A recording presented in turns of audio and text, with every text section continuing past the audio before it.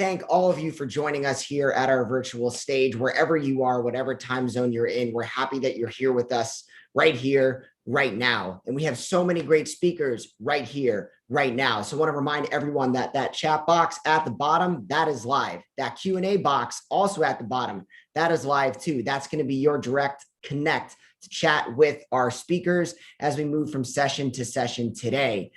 So remember, we are live, we are here, and we would love to hear what your thoughts are.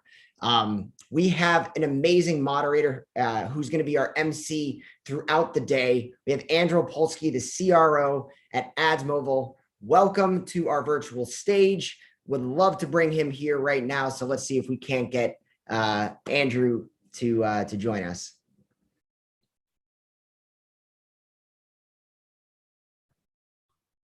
Hey, Ryan, how are you? Can you see me?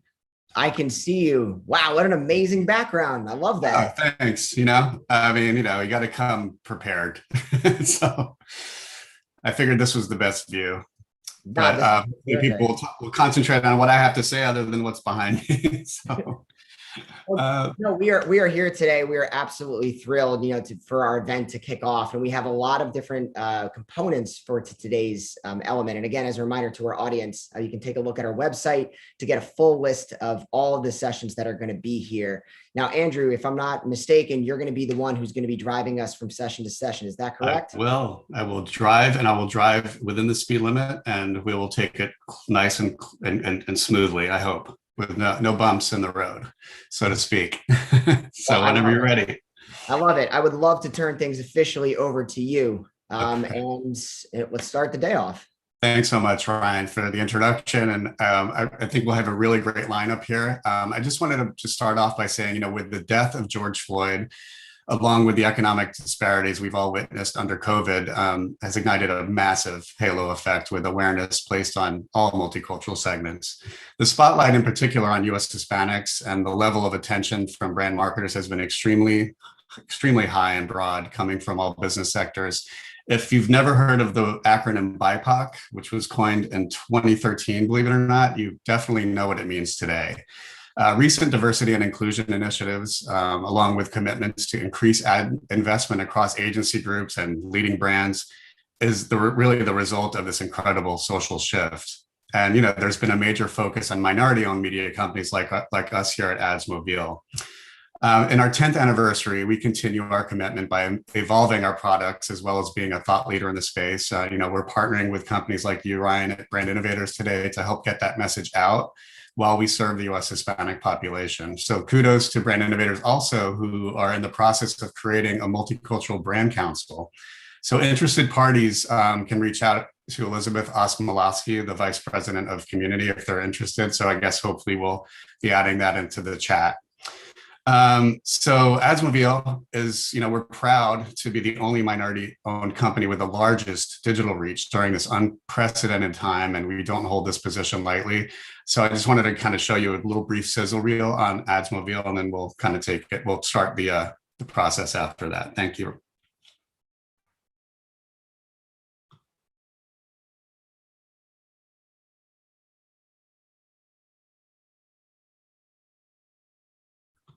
Can anybody put our sizzle reel up? No? Yes? Okay, they're queuing it up. What a great picture of Espy and Mel. They'll be starting it off first. We have a really great presentation coming up from the US Census about population increase and Hispanics. So really exciting to see that. So let's see.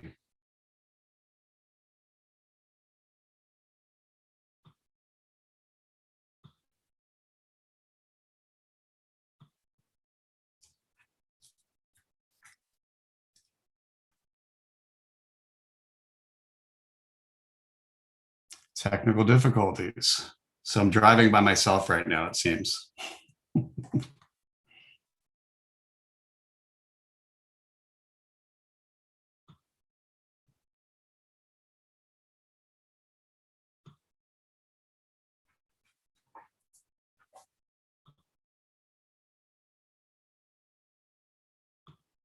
Okay. Well, is this happening or should we move on to the first session?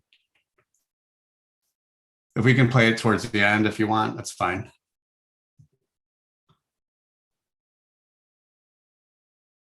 Okay, let's do the session first. So to kick things off, I'm thrilled to welcome to the stage Esperanza Teasdale, Vice President and General Manager of PepsiCo, and my wonderful friend and VP of Sales, Mel Ruiz Mark, who covers our East Coast. So welcome, Espy, and welcome, Mel. Thank you for joining us. Thank you so much for that introduction.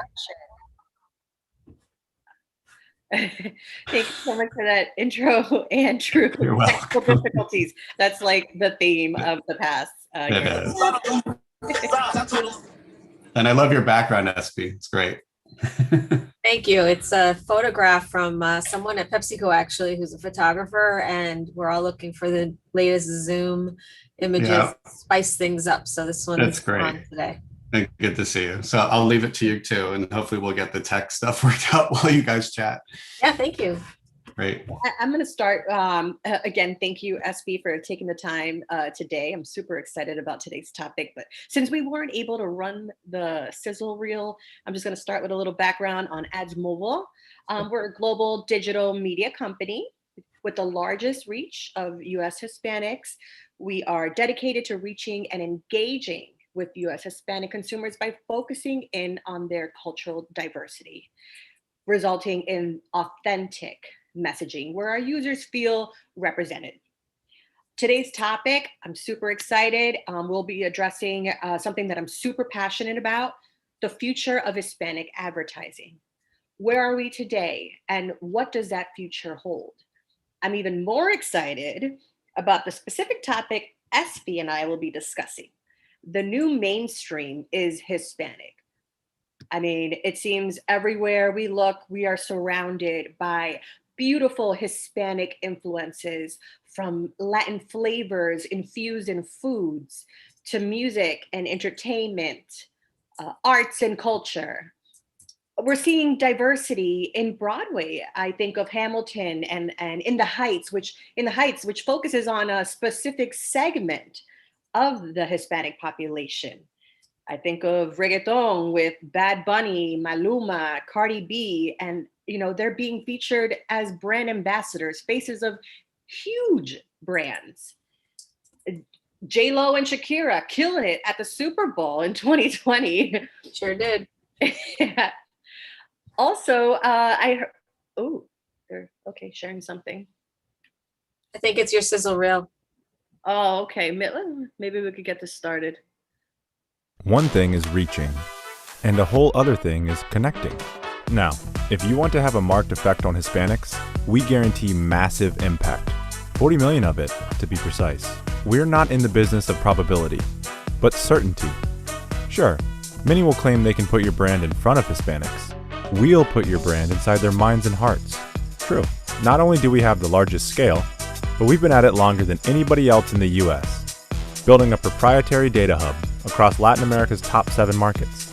So we can go way beyond census data into frequency, time spent, and content consumption patterns, and can arm your brand with real-time insights on Hispanics' interests.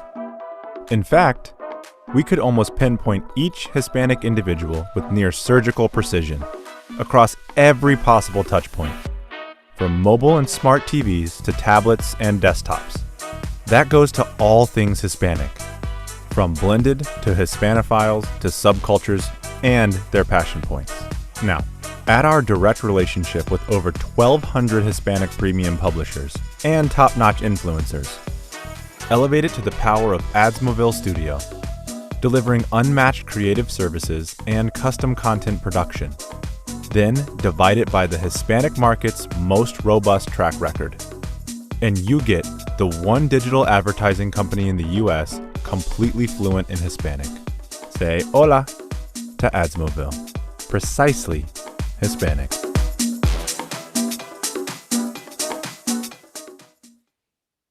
It's a great sizzle. Awesome. It makes you want to dance. Well, there's no denying that the new mainstream is indeed Hispanic, and it feels like advertisers are Definitely beginning to see that, but they aren't quite there yet. Checking off a box during Hispanic Heritage Month doesn't cut it. There simply needs to be consistency for growth.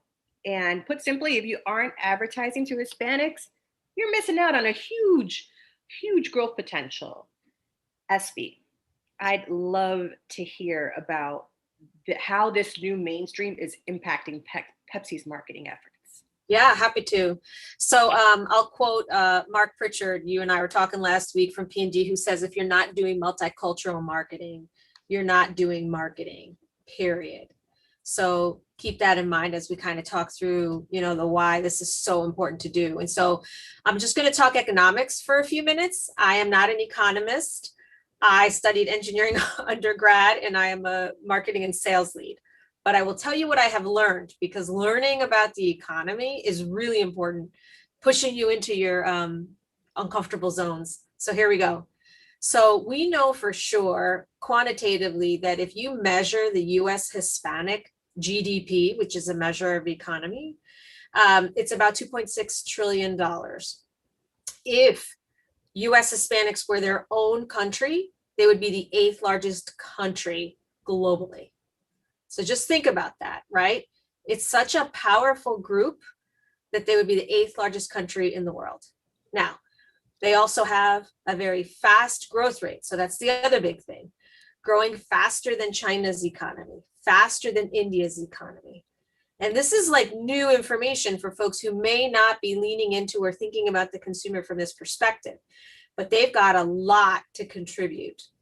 And so a lot of that is being powered by the fact that Hispanics are getting more personal growth, because many of them now are getting more educational achievement and attainment. And then that also, coupled with more labor force participation, means more money, more opportunity to spend. The other piece of it is that on average, Hispanics are younger, God bless, and we live longer, God bless again. So loyalty today can last a lifetime. And we know that this cohort is very loyal. Show up for them and they're loyal. So even more reason for you to lean in today so that you're capturing future growth. Does that make sense? Oh yeah. I mean, you mentioned Hispanics being younger. They're in their prime buying, have that buying power. If you're not marketing to them, you're not doing, it shouldn't be multicultural marketing. It's marketing. Yeah. And then even to go deeper than that, it's Hispanics, and then it's by Hispanic. There's such a fragmented part of the US, Hispanics, then you got to look at country of origin. Then within the country of origin, you have subgroups. You have, a Hispanic who's more urban, a Hispanic who is more of a rocker, and just different tribes. Yeah. So it just goes so much deeper, and it's so important, especially in today's climate and everything that's going on, to understand and the differences, the nuances, and then be real. Not just slap in a brown face on an ad. Really touching the hearts. Of course. So how do you see your competitors missing this opportunity? I would say that the thing that other companies are missing is leaning into the community, because we can do grand marketing and, very big, flashy, creative, but at the end of the day, it's all in the community. And that's really where the most help is needed, where the consumer feels most comfortable, but also probably most vulnerable. And if you're not showing up in the community, then you're missing the boat. And our company, which I feel very, very fortunate to be a part of, has made commitments to Black and Hispanic consumers to say, hey, we believe in racial equality, and we're going to show up and be there to help you. So, For example, the restaurant initiative that we launched with Black consumers. We launched a big driving equity in the game of soccer in the United States and cities which were largely Hispanic. But you have to be there, because if you're not there, you're likely going to miss them despite all the big above the line traditional things. And that's probably the most important thing. Absolutely. Just connecting with the audience on a real level, down to the local level. I remember watching the reel, or just the I think it was coverage from, I don't know if it was Univision. I think it was Angie Martinez, and she was showing how many people turned out to I think it was the truck Manzanita Sol launch. And you guys had all the food trucks, and you awarded money to help these food trucks, especially during a time like last year, and that just touched my heart. You can see the owners, the small business owners, were really, really excited and happy that Pepsi is lending that helping hand and really touching locally, not just globally, not just checking off a box during Hispanic Heritage. And that's super important. Now, as far as how has marketing to the U.S. Hispanic affected your ROI just within the past year? Yeah, I mean, we for sure are seeing faster growth with the Hispanic business that we measure through syndicated. So we primarily use IRI. So we measure how fast we're growing, faster than the general market, because this population is growing faster than the general market. So that's important. We look at brand equity scores, and are we moving in the right direction when it comes to the brand perspective? And for the brands where we're really leaning into a core strategy and consumer base that shows up then in what we do for media all the way through retail, we are seeing positive performance. And it's no surprise, because it's like any other brand target you might have. When you invest in them and customize to reach them, assuming your messaging is strong, you're going to get them, and it's going to pay out.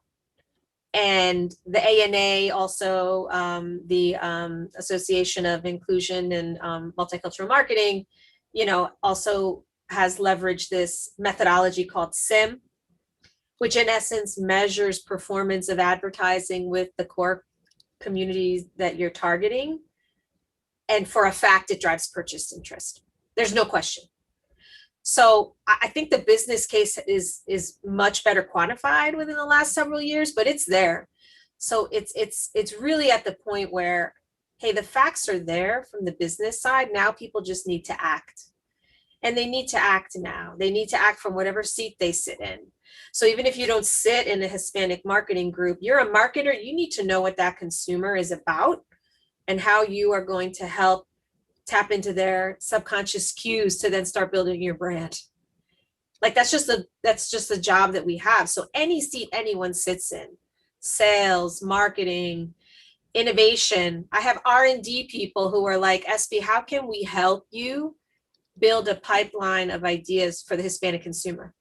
Wasn't in their day job remittance, but when they saw the opportunity, they're like, oh my God, how do I do that? I want to help you do that. I am going to put resource behind it to do it. So the business case is there, folks. It's really a time to act at this point. So what's the one piece of advice you would give, just someone trying to reach this market? Yeah, I mean, I would say, we're asked as marketers, right, to transform, to be forward thinking, creative, innovative, and fundamentally drive results. Mm-hmm. So if I told you that Hispanics marketing in your plans will drive results that are faster, I think you'll say, okay, I'm in. If I told you they're more loyal to the brands who connect with them accurately, authentically, and if you do it in an inspirational way, you'll build your brand, I think you'll say, okay. And if we talk about brands that are the new mainstream, right? These brands that have high authenticity that maybe came from Hispanic, Asian, Black, origin or cues, like for Hispanics, Modelo, Jarritos, Topo Chico, you would say, oh yeah, no, I see them everywhere now. They're not just Hispanic brands. You'd be like, okay, I understand. And then like in the world of entertainment, I mean, you hit it before, J-Lo, Shakira, biggest stage ever, but The Weeknd joined Maluma on his Hawaii song. Right. Carrie Underwood joined David Bisbal on a Hispanic love song. The woman was singing in Spanish, for God's sakes. Like, who would have known? But I mean, so we're influencing everything. So again, it goes back to you need to act now. You need to act now. It's in front of you.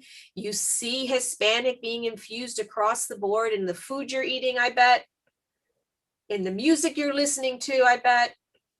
And in what you're watching on television. It's everywhere. So embrace it. Embrace it. Don't exclude it. Embrace it. Tons of brands. We've been getting requests from brands that we've never had an opportunity with before. It's amazing. It's amazing how everyone's coming to the forefront and really seeing that cultural relevance is very important. Speaking to someone, to a consumer, not only to their minds, but to their hearts is where you get them and get that loyalty. Sure do. Brands are increasing their investment levels against multicultural audiences. And they're also preaching diversity and inclusion and hiring, more it's not just about, the creative development, but also the people that are working at the agency level and at the brand level and at the sales level. To really, you really have to live and know and breathe that part to really understand how to market to them. What is Pepsi? Let's say you look at the next 2 years. What is Pepsi going to do to increase their presence in the U.S. Hispanic market specifically? Yeah, we have had a lot of success on influencing and providing thought leadership on our Pepsi brand when it comes to Hispanic consumer, and really recognizing that Hispanics aren't a monolith. Like you said this before, we come from different countries of origin, which means our foods are different, our words are different, our sounds, like everything's nuanced. It's beautiful, it's vibrant, but it's nuanced. And so what we've started to do is say, hey, gone is the day when, hey, if I do, one media campaign that's in Spanish, and I mean, it's got all the relevant insights, but assume that, hey, that one national campaign is okay for everywhere. That's a false assumption, because, someone that might live in LA, Angelino, that's from Mexican descent, might have a different perspective and experience or traditions than, my family that's, Ecuadorian in Fort Lauderdale. So that monolith has to be broken, because you have to recognize the level of personalization and customization that you need in order to be more relevant. So we've started to do that. We've started to lean more into Dia de los Muertos, for example, for Mexico, but then for a brand like Mansol, we'll lean more into flavor messaging, or maybe like, broader family occasions. For Pepsi, with this new campaign we launched this year, Better with Pepsi, it's called Mejor con Pepsi in Spanish, but we heroed a Dominican Afro-Latino family for some of the executions, and then a, more Mexican family for other executions, because we need to start getting more personalized. Like, that's it. And that's how you also get closer to the community. So that's probably one of the biggest things that we've done. I love that. I love that idea of just personalizing your messaging, your creative, at Ads Mobile, we focus on that. We pride ourselves on really understanding the different cultural nuances. Our footprint is in LATAM.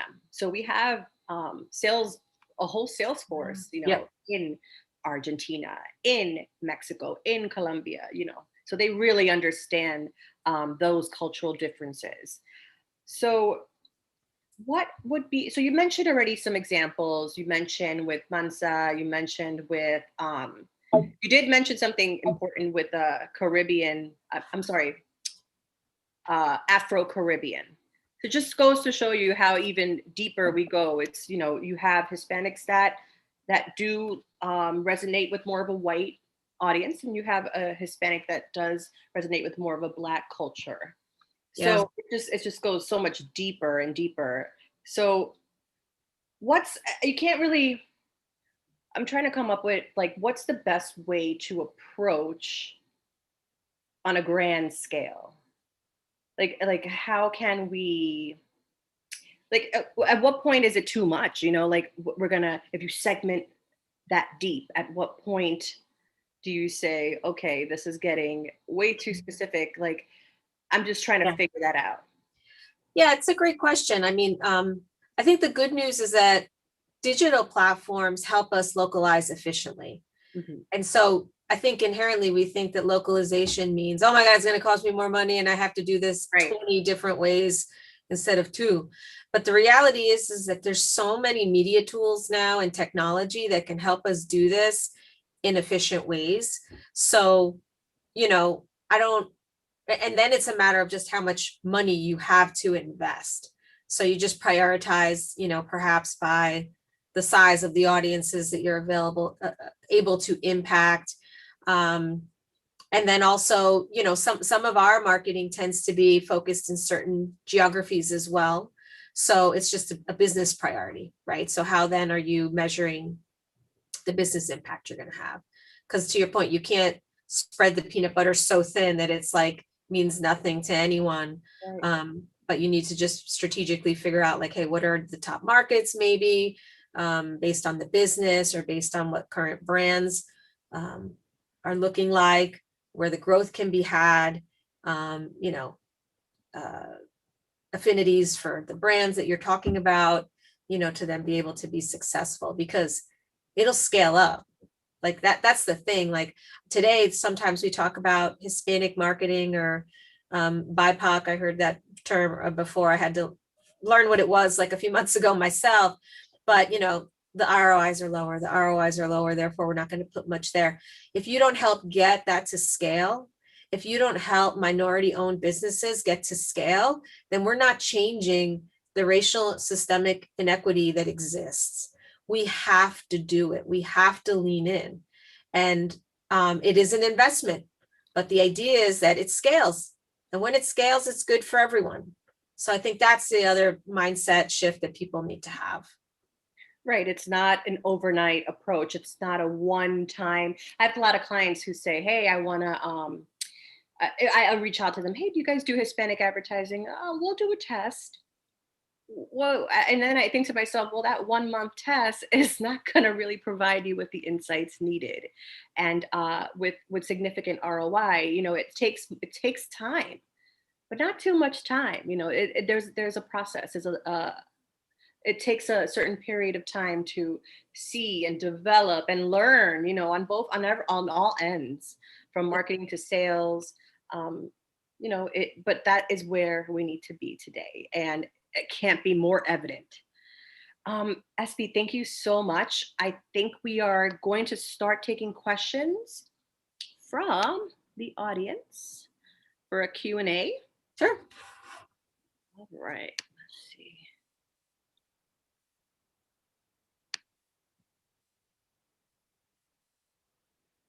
Okay, this one is directed. Oh, okay. From Jean Bryan. SB, all conversation and marketing are designed on overcorrecting the attention and ad spends towards Black marketing, Black consumers, and many of the trade platforms. Is the Hispanic marketing, Hispanic consumer being excluded from today's marketing conversations? No, I don't think so. I mean, not at our company for sure.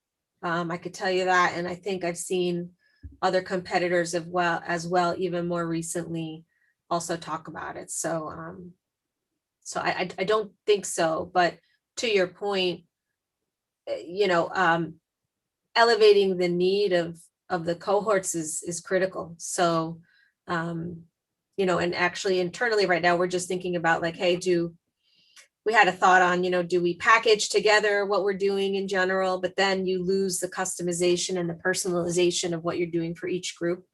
So, but I don't feel that is happening for at least my company I can speak to. But the more companies that do it, the more there's conversation about it. And I'll bet you for sure, Jean, with Hispanic Heritage Month being really right around the corner, you'll probably see a lot more marketers or brands taking advantage of the awareness of that moment in time to say, hey, here's what we're doing. That's my opinion anyway. This is an interesting one. I keep on hearing the term Latinx. And Mario Flores, what is Pepsi's position on the term Latinx? Yeah. Do you use it in your marketing outreach? Yeah, I don't, but our agency does, Alma in particular. We actually studied this because we would hear from different people internally and externally having an opinion, right? And so I think high level, the thought is that, hey, the older cohorts feel a bit confused, they don't understand it, or they feel a bit honestly turned off by it because it insults them somehow.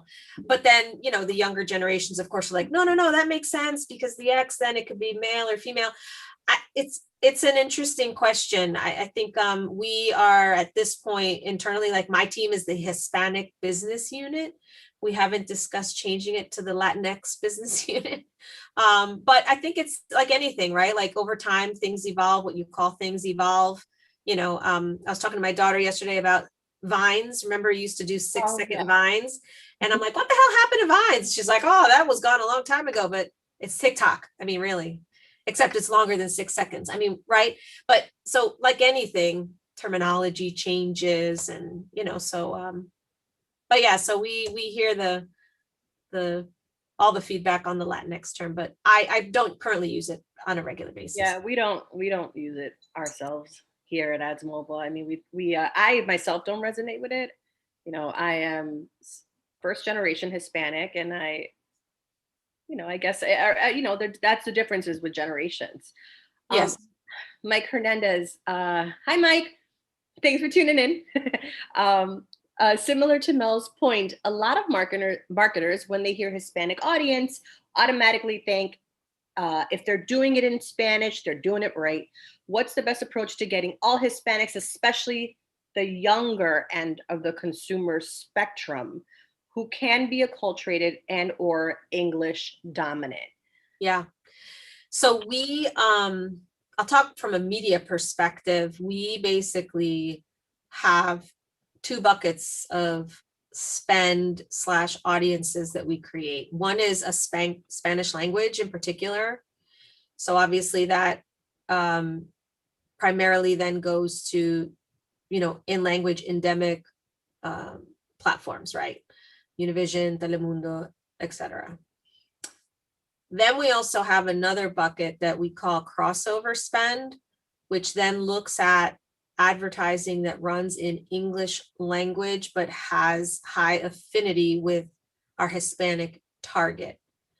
Those definitely tend to be English. I will tell you as a marketer, it gets a little dicey because many times I feel we need to spend more in Spanish language than we do in crossover, because when I spend more in Spanish language, my creative is 100% fueled by Hispanic insights. When it's crossover, it tends to be more general market creative, which doesn't mean it doesn't resonate, but it is, not as nuanced or culturally driven by my insights. So it gets a little dicey when we have these conversations around how much media are we going to spend in either one of those buckets. Because obviously I'm pushing for more in Spanish language endemic. Right. And it definitely depends on the segment you're trying to reach for the specific Pepsi brand. What we like to do at Ads Mobile, we always recommend running A/B testing. English versus Spanish, or maybe even a mix of bilingual in there, just to see what is working for that specific campaign. And then we'll optimize towards the best performing language. Yeah. Language is still very important.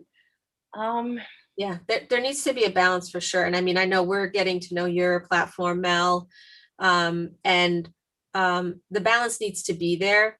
But what I try to manage is that people don't assume that, well, it's all in crossover, so we're okay. We're reaching Hispanics in English. That's not acceptable.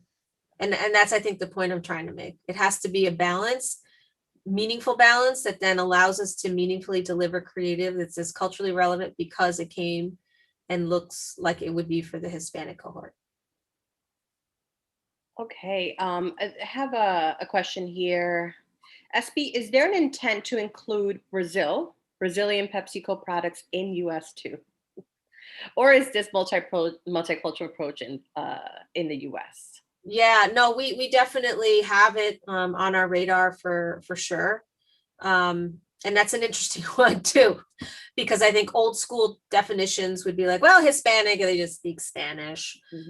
So obviously they didn't speak Spanish, are they Hispanic? But yeah, there's definitely that we've had conversation about it. And also it goes to this intersectionality conversation we had before, like, right? So whether it's Afro Latino, for example, my parents, were South American, but, I have someone on my team whose dad is Ecuadorian, the mom is Puerto Rican. Like the intersectionality, it works across the whole group, the whole cohort. So that's inclusive of Brazilian too.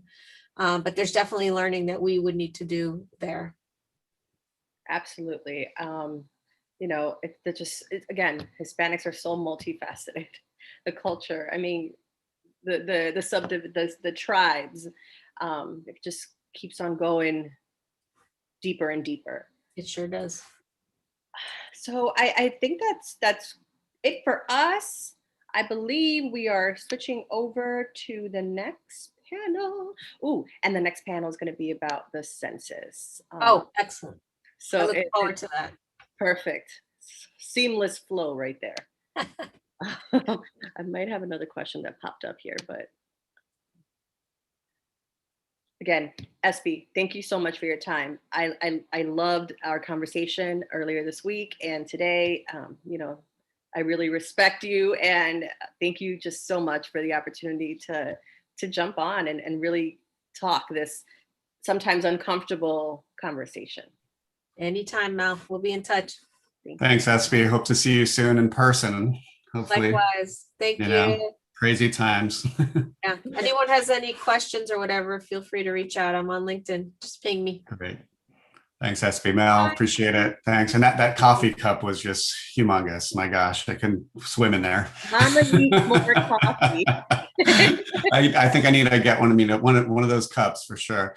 So again, thanks so much, SB, for joining us, and Mel, amazing, good job.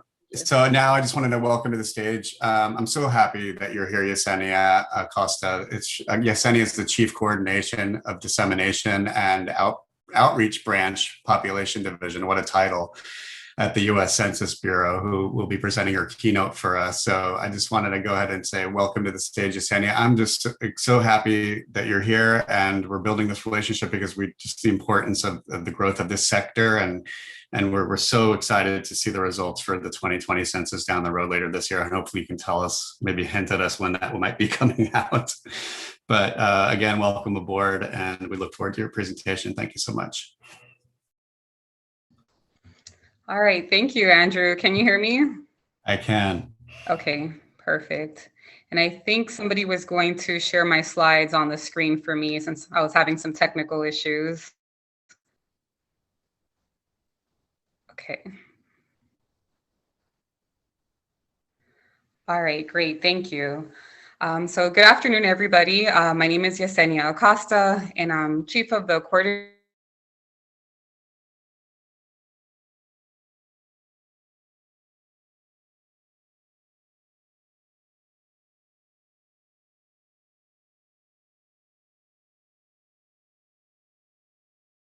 to discuss Hispanic population data available from the Population Estimates Program.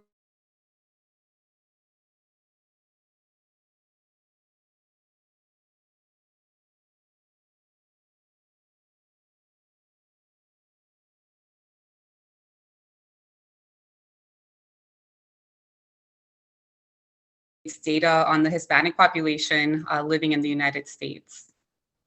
Then I'll provide an overview of the Population Estimates Program, along with a few key statistics on the Hispanic population. I'll touch on the Population Projections Program and discuss Hispanic population projections into the future. And I'll also highlight what to expect in the upcoming 2020 census data release. Next slide. Okay, before we proceed, I want to first explain how Hispanic origin is defined and classified in the federal government. Hispanic origin can be viewed as the heritage, nationality, lineage, or country of birth of the person or the person's parents or ancestors before arriving in the United States.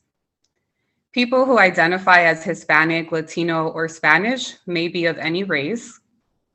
And again, the Office of Management and Budget, or OMB, requires federal agencies to use a minimum of 2 ethnicities,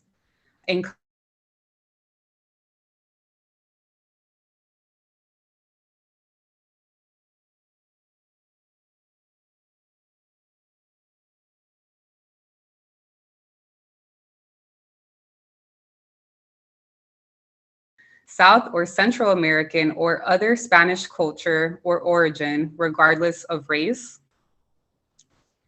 People who identify with the terms Hispanic or Latino are those who classify themselves in one of the specific Hispanic or Latino categories listed on the decennial census questionnaire and various Census Bureau survey questionnaires, as well as those who indicate that they are another Hispanic, Latino, or Spanish origin.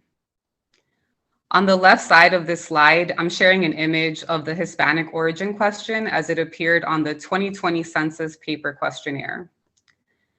You may be wondering why the federal government even collects this information. So the primary reason is so that we can create statistics about this ethnic group. This information helps federal agencies monitor compliance with anti-discrimination provisions, such as those in the Voting Rights Act and the Civil Rights Act. Next slide.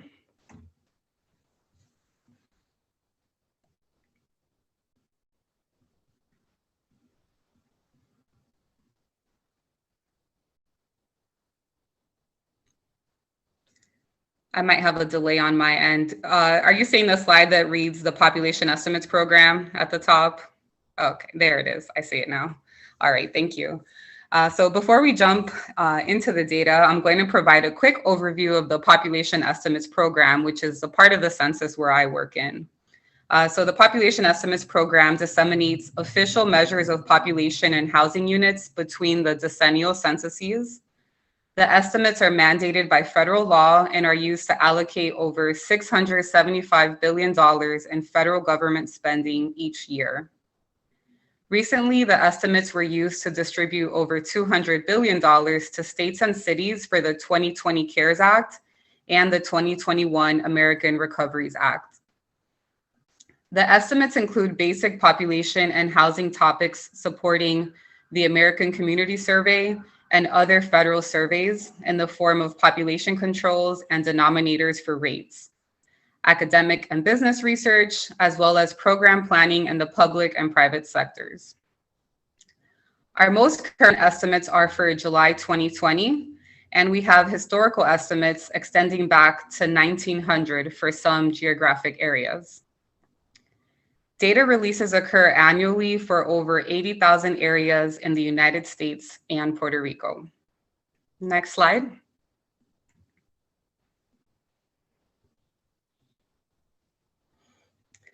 This table summarizes all of our estimates products by geography and type. The levels of available estimates geography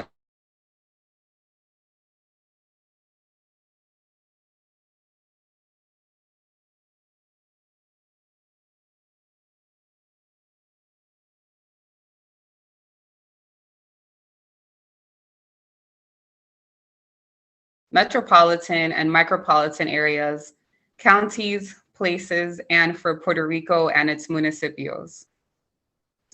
Note that we use the term places to include incorporated places and minor civil divisions, which we also sometimes call sub-county areas. Components of change, which are births, deaths, and net migration, are disseminated for all areas except places and municipios. And we have age, sex, race, and Hispanic origin characteristics estimates, which are disseminated for all areas except metro and micro areas and places. So I just walked through a lot. So just to summarize and put it more plainly, we have Hispanic origin data available for the nation, states, and counties only. Note that characteristic estimates for Puerto Rico are given only by age and sex. We do not disseminate race and Hispanic origin data for Puerto Rico in the population estimates program. Monthly estimates for the 5 estimates universes are disseminated for the nation only, and we also disseminate housing unit estimates for the US, states, and counties. Next slide. So the population estimates program caters to a variety of data users with unique needs. So we have a variety of data access tools. The population estimates webpage is the primary way to access all of PEP's estimates products. Recently, we were able to make our first release of vintage 2019 estimates on data.census.gov. At this time, the only PEP estimates available on the site are of total resident population for all of our estimates geographies.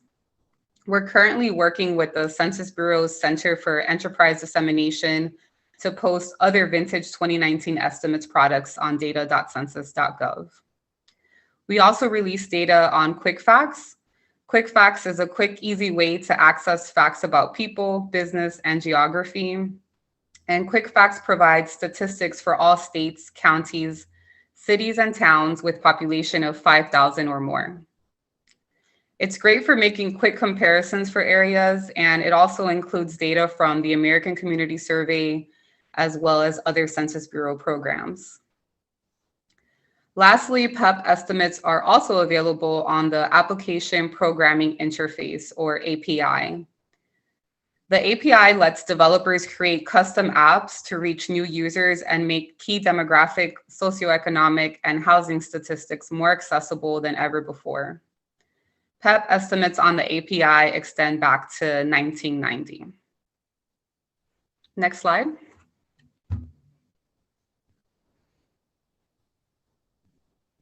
All right, now we get to the fun part, so we can jump into the data. This graphic here shows the Hispanic and non-Hispanic population. These data come from the vintage 2019 population estimate series, and the graphic shows July 1, 2010 through 2019 population estimates data.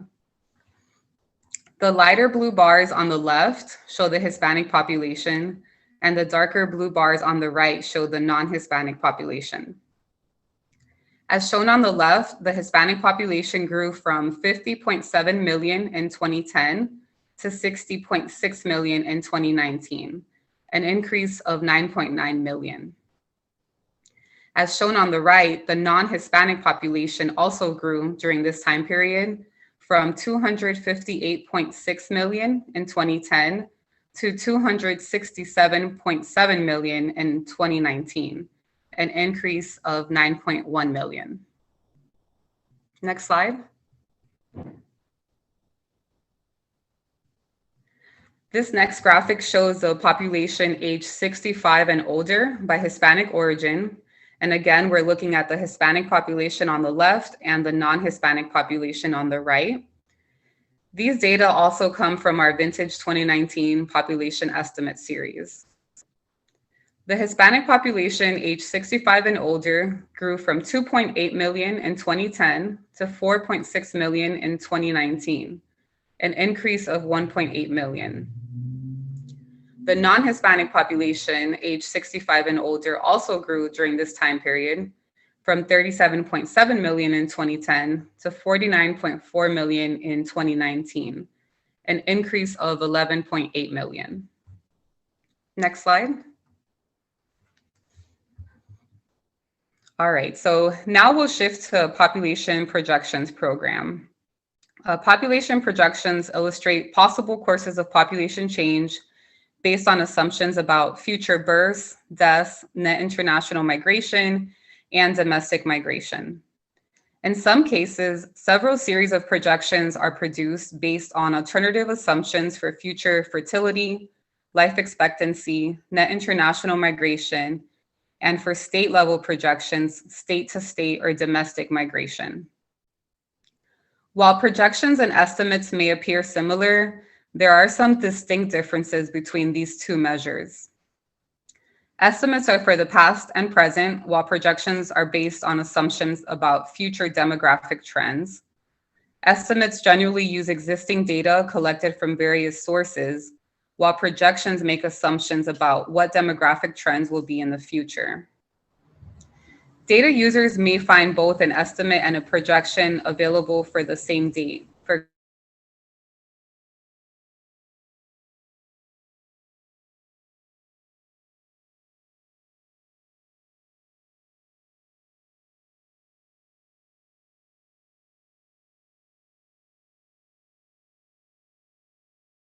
estimates and projections is that projections are only produced at the national level.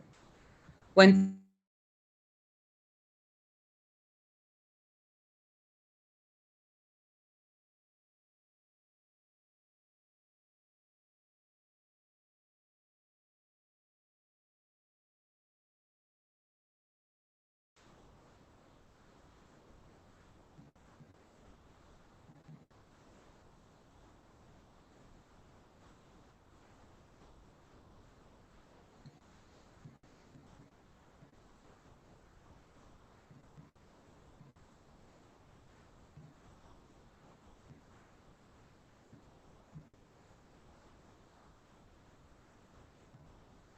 I think I might have a delay on my end. Is the slide that reads selected? Oh, okay, there it is.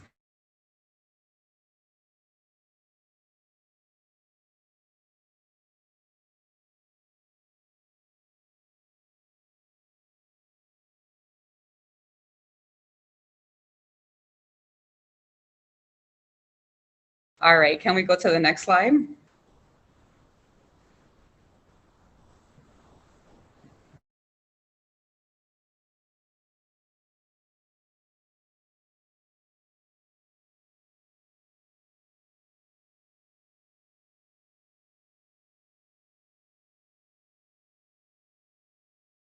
The graph shows that by 2060,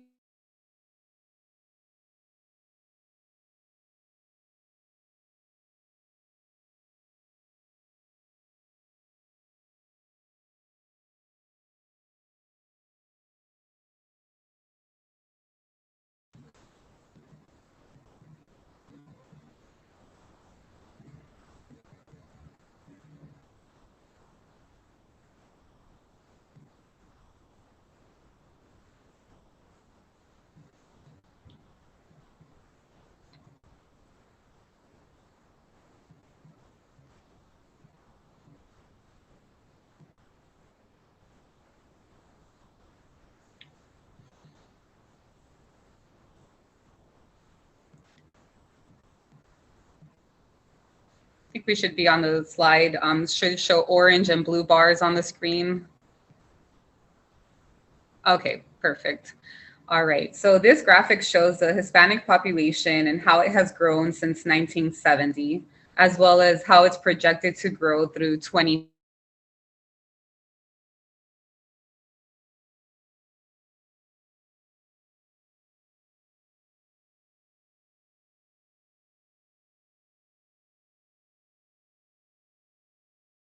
Grew from 9.6 million in 1970, representing 4.7% of the total population, to 50.5 million in 2010, representing 16.3% of the total US population.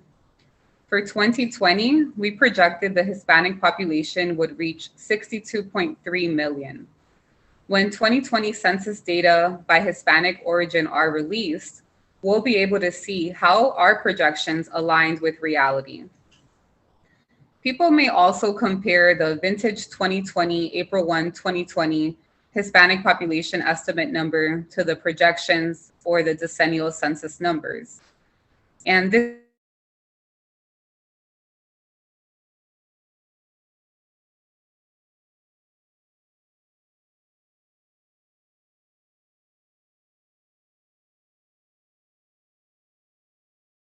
our 2017 projection series projected the Hispanic population would reach 99.8 million by 2050, representing about 26% of the total US population. Note, although this is our latest projection series, the series is now outdated and not consistent with the latest estimates. We're working right now on a new projection series that should be released around late 22 or 2023. Can we go to the next slide?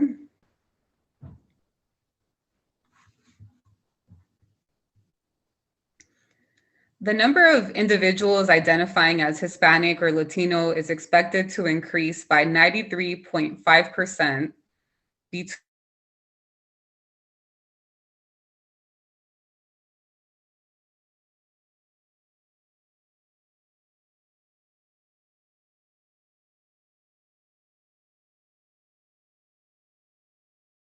presenting an increase of 53.7 million. This is a good time to mention that population projections are a useful planning tool, but the utility is limited by the extent to which the assumptions about population change reflect the actual trends that occur in the future. So while projections are informative for planning purposes, it's important to keep in mind that as things change in the real world, so too will the accuracy of these projections. Can we go to the next slide?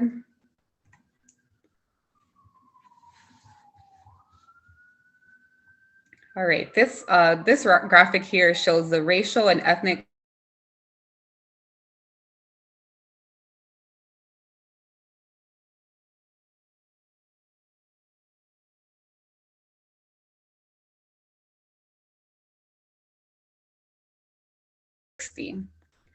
The Hispanic population is a group that is projected to see the most growth among the groups shown on this slide.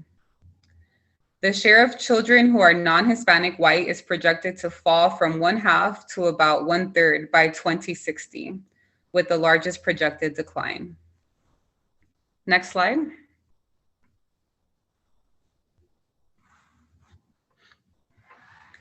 The upcoming release of 2020 census redistricting data will paint a clear portrait of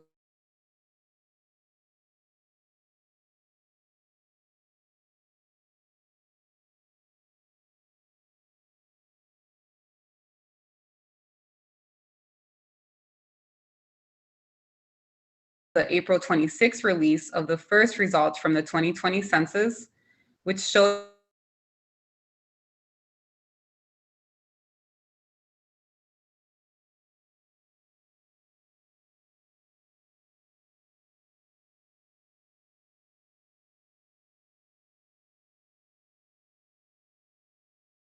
has changed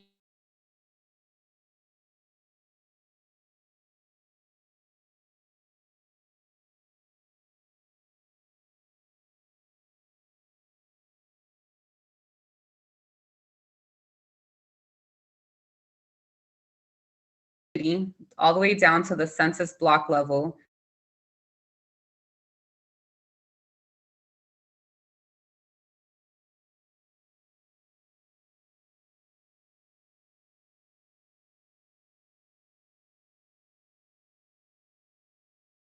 The decennial census, the population estimates program, population projections program, as well as the American Community Survey, where you can also find socioeconomic characteristics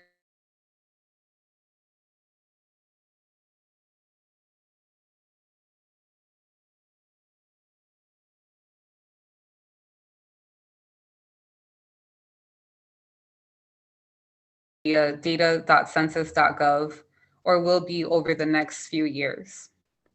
Next slide. So this brings us to the end of my presentation, and I hope you learned something new about the data the Census Bureau has to offer. Thanks for your time, and please feel free to reach out to me with any questions.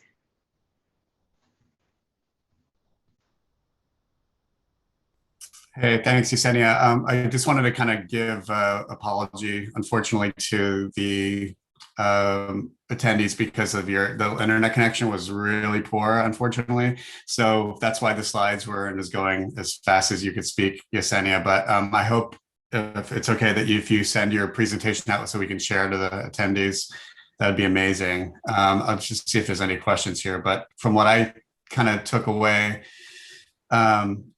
and I do have some points from you sharing me earlier. The ones that stood out to me are that the Hispanic population, grew from 50.7 million in 2010 to 60.6 million in 2019, which is an increase of almost 10 million, 9.9. The non-Hispanic population also grew during this time from 258.6 in 2010 to 267.7 million in 2019, which is an increase of 9.1. So you can see the overtaking in terms of Hispanic really population growth. Hispanic population in the United States grew from 9.6 million in 1970, representing that 4. So as we could see, as the slides go on the data, which you couldn't kind of talk us through it. Sometimes we missed you because of the audio. There's a definite glaring point of the young Hispanics that are just growing in terms of size over the next 10 years. And you see the general market just kind of shrinking as time goes on. But which is an interesting segue to our next panel, because when AARP, the focus there is really 50 plus. And when I see some of the points that you had mentioned, for example, for 65 plus, this is where the slowdown is happening, I think. So the non-Hispanic population, age 65 and older, grew during this time from 37.7 million in 2010 to 49.4 million in 2019, which is an increase of 11.8 million. But when you look at the Hispanic population, age 65 and older, grew from 22.8 million in 2010 to 4.6 million in 2019, an increase of 1.8 million. So there's an interesting kind of, young versus old in terms of growth and non-growth, right, over time. So I hope that was, and at least people read the slides and gleaned some information from those slides, Yesenia. So, but hopefully we can go ahead and, as your title says so nicely in your professional career, disseminate the data to everybody that's on the call. So again, thank you so much for joining us. Hopefully we can do another one when you have much better internet connection, but that was great. So now please welcome to the stage Yvette Pena, the Vice President of Hispanic and Latino Audience Strategy of AARP, and Zulema Baez Roberto, who's our VP here at Adsmobile that looks over strategic accounts and political, as well as government accounts. So hopefully we're on track in terms of time, so you guys can enjoy this conversation without any hiccups.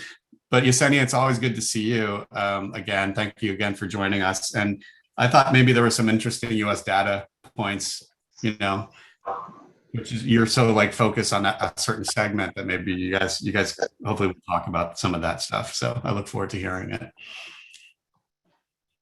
Thank you so much, Andrew, for the introduction. And thank you so much. It was a great panel prior with the Yesenia talking about the U.S. Hispanic Census, which I think that is a great segue, to our conversation. Thank you so much for being on the call. Just to give you a little background on myself. Like Andrew said, I'm a part of the Ads Mobile team. I'm VP of Strategic Accounts and Political Sales. Just to give you a little background, obviously, I know that Andrew, went over all of our capabilities, but we are a global company, minority owned. We're excited to have Yesenia on the call, so I'm going to pass it over for you for your intro. Hi, thank you so much, Zulema. I am Yvette Pena. I am the Vice President and I lead the Hispanic Latino Audience Strategy at AARP in the newly formed Office of Diversity, Equity, and Inclusion. I'm so happy to be here, and what a great follow-up to all that census data. I'm just very happy that the segue happened the way that it did.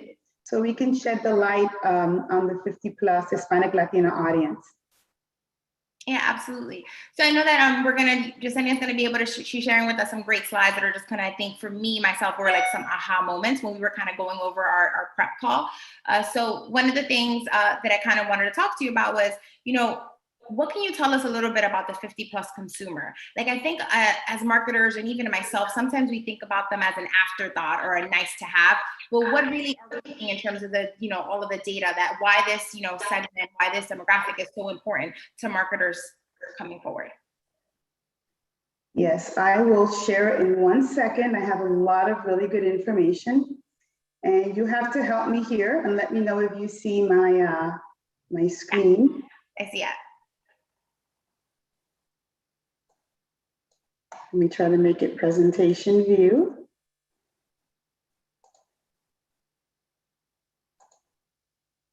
Perfect. Okay, so there's so much information that I have to share and have to really understand that we have 40 minutes, but there's a lot of rich information. And I'd like to start with showing, the overall 50 plus market, which is big and it's growing. And in the US alone, more than 10,000 people turn 65 every single day. And that's going to keep happening every single day for the next 10 years until 2030, when that number dips, but it's only going to dip slightly. And in 2030, 1 in 5 Americans is projected to be age 65 plus. And there's more. In 2020, the number of people age 65 and outnumbered children age 5 and under for the first time. So let's jump ahead to 2034. There will be more Americans age 65 plus than people 18 and under. And the US Census Bureau projects that the 85 plus demographic will grow nearly 200% by 2060.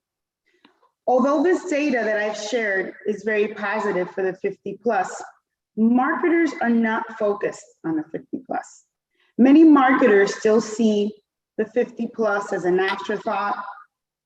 They're like a nice to have.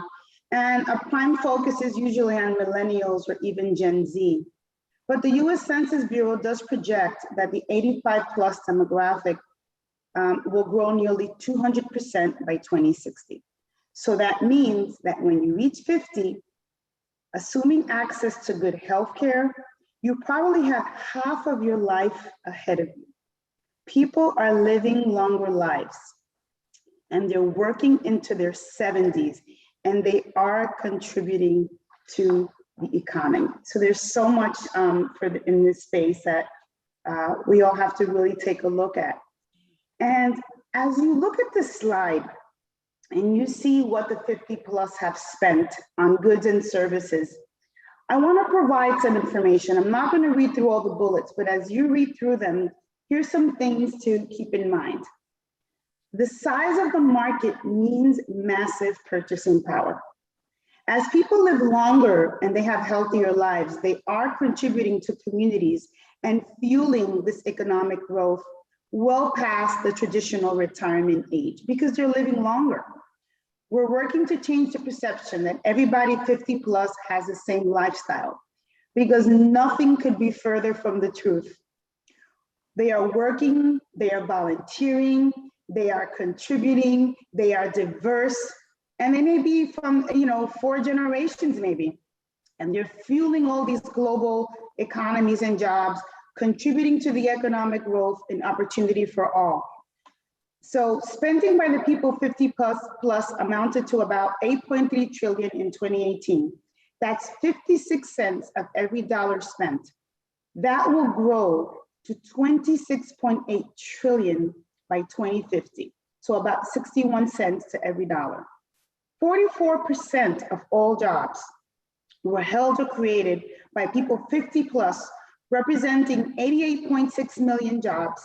And this is projected to grow 101.7 million jobs by 2050. The wages and salaries generated by people 50 plus were 5.7 trillion in 2018 and are projected to grow 17.7 trillion by 2050. So these numbers show the opportunity and the power of the 50 plus. These aren't the people that are just staying home, taking care of their grandkids. They're out there and they're doing things. Right. And I think that that's something that there is, like, you know, this misconception, right? That like once you hit 50 or once you're in that 50 plus zone, that you're a grandma, you're not spending money. But these numbers show that this is a viable, you know, demographic that people, the advertisers should be paying attention to, because they have the buying power, like you said, and they are living longer and they're working longer. So I think that that's, I think, a great aha moment for even for myself when I was looking at these numbers. And I even had a moment this weekend when I spoke to you earlier. You know, obviously we're all getting older, and one of the things was my brother mentioned, he was like, oh yeah, I'm 50. I was like, oh my gosh, you're 50, like you already turned 50. But then I told him, I was like, don't forget, like our dad is 87, which is a beautiful thing, and again is showing that we are living longer, so you have almost half of your life to go. So it's a great thing that we're understanding that we are contributing, you know, the older demographic is contributing, you know, to the economy, working longer, and it's someone that they shouldn't be ignored by advertisers. Absolutely, and they are living longer, so they are making more contributions. That's a great point. And happy birthday to your brother. So on this slide, AARP conducted a survey on attitudes in 2019, and it showed a lot of different things. It showed that, you know, 70% of the Hispanic Latino audience, they feel that life is more meaningful at 50. They report that reaching 50 is a very important milestone, and they're happy about it. 57% feel that 50 is still young, right? And so this Spanish dominant, there's Spanish dominant, 81% of the Latinos, and they speak Spanish at home, so it's very important. Although they're bilingual, it was eye-opening even for me to see that 81% of them do prefer to speak Spanish at home. And they're staying in the workplace, they are employed, and the purchasing power of the Hispanic Latinos 50 plus is also expected to increase 26.7 trillion by 2050. So there is a lot of growth. And again, this is just a market that we should not ignore, especially marketers, people in non-for-profits, you know, people that are, you know, developing products and services for the Latino community. It's a very powerful segment. And that leads us to our next discussion. So obviously, you know, thank you for enlightening us and letting us know exactly, you know, the buying power of the 50 plus, you know, demographic. So do you feel that in terms of the representation in media, do you feel that they are represented in media? I think to myself, like when I think about what, you know, what you see as advertisers out there in terms of commercials and things, it's always really marketed to that millennial group or that 18 to 49, 25, 49. So how can we make sure that we're including this demographic, like you mentioned, that has this incredible buying power, that's living longer, that's working longer, you know, that probably have half of their life ahead of them. So how can we make sure that they're represented in the media? Well, I think the biggest thing is to really take a look at the data. I showed a lot of numbers, and there's a lot of good information out there. The census also has it. AARP has a lot of studies that we've done. But the answer to that is that advertisers and marketers are missing out on opportunities to invest their resources in categories that the 50 plus truly care about. And this slide was put together by a session that happened at Cannes in 2019, but we use it at AARP because it just shows a lot, and it kind of goes to the question that you asked. So despite all of the spending that you've seen, you know, 70% of advertisers have never received or written a brief in the last year that included the 50 plus in any way, shape, or form. I'm hoping this is 2019 data, that with the pandemic, this may have changed because the most vulnerable populations, you know, were the 50 plus, but this is 2019 data, but it does kind of like set the stage. And, you know, of the 30% that have, almost 65% of those briefs were for health and wellness, finance, and pharma campaigns. Meanwhile, you know, there's so many other areas that are really contributing to profitability. And that's where advertisers really need to care. So they truly need to care about the different categories that are exploding amongst these 50 plus communities. So how are Latinas represented? We did a study at AARP, and we did it at the end of 2020 into 2021 to really see what Latinas were feeling, mostly about beauty and wellness. And so the study that we launched was called Mirror Mirror. And marketers view the Hispanic Latino 50 plus as an afterthought rather than prime focus on millennials or Gen Z. Wellness and beauty brands are missing a market opportunity to reach these women 50 plus because they feel underrepresented, misrepresented, reinforcing outdated stereotypes. And these women of all ages, they want to see a mix of ages represented in advertising. They want solutions to address the unique experiences, needs, and values. So for the advertising industry, this is a really big aha, that they're expecting more, they want to see themselves represented, and they want to make sure that their brand, that your brand, the advertiser's brand, really resonates with them. So this slide leads with overall responses of the women in the Mirror Mirror study.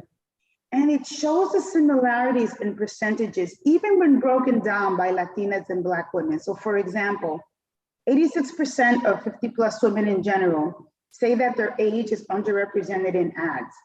For Latinas 50 plus, it's 86. And for African and Black American women, it's 80%. And then there's a mix of ages. 81% of women 50 plus prefer to buy from brands that feature a mix of ages in their brands. And that's 87 for Latinas and 81% for Black women. So take a look at the similarities. So it tells you that, women in general are not feeling represented. And in terms of Latinas, they feel underrepresented and not accurately portrayed by beauty brands. The marketplace has the opportunity to create more products and solutions for women as they age. Latinas, as you know, we come in all shades, shapes, and sizes, and we want to see ourselves represented as such. There's an opportunity for brands to benefit from more authentic advertisements that feature older women. And later on, I'll let you know some of the things that AARP is doing, but this is something that we hear not only in this study, but I think in other studies that I've seen other advertisers do. And it's a missed opportunity. I feel like it's leaving money at the table with the 50 plus. Yeah, absolutely. I think, in general, I think as Latinas are, in that category, in any category, we want to be represented. And, when you're seeing maybe like commercials or advertisements and they're only focusing on a younger demographic or someone that really doesn't look like you just miss that connection that you can have with, with the possible consumer. So I think this is incredible in terms of what the research is showing, that they need to feel that representation, and advertisers need to take, note of that. Absolutely, absolutely. So in terms of media and brand engagement, this is data that's provided by one of our research partners at AARP GFK, and it highlights how these Latina women engage with media and brands. As I had mentioned in an earlier slide, Spanish language does resonate regardless of the acculturation. Over 2 in 3 Hispanic Latina women 50 plus watch Spanish language networks, and they appreciate when companies use Spanish to connect with them. They are active online, and as we all know, there's an over-index when it comes to digital, social, and mobile channels amongst Hispanics in general, and they equate brand with quality. So this slide just gives you that aha, that they are watching not only general market, English preferred TV, but the Spanish preferred are also, going to their Telemundos and Univision. So it's important to have a mix. It's important to really look at the market pretty holistically if you want to capture the lion's share. So going in, obviously, you gave us so much information in terms of, just some of the demographics, some of the research in terms of the numbers as to why this demographic is so important, some of the representation in terms of media and why they shouldn't be an afterthought or they shouldn't be just a nice to have. Now, tell me a little bit about AARP and their, Salud, Dinero y Amor initiative, which by the way, I love that catchphrase. It's one of the catchphrases that I grew up as a kid always hearing from my parents, Salud, Dinero y Amor. So would love to hear a little bit of how AARP really engages with this 50 plus, demographic with the Salud, Dinero y Amor platform. Sure. So the key messaging pillars of all the work targeted to the Hispanic Latino audience at AARP is really based on the three pillars of salud, dinero y amor, health, wealth, and love. Because think about it, without any of those three, you can't reach a fuller life.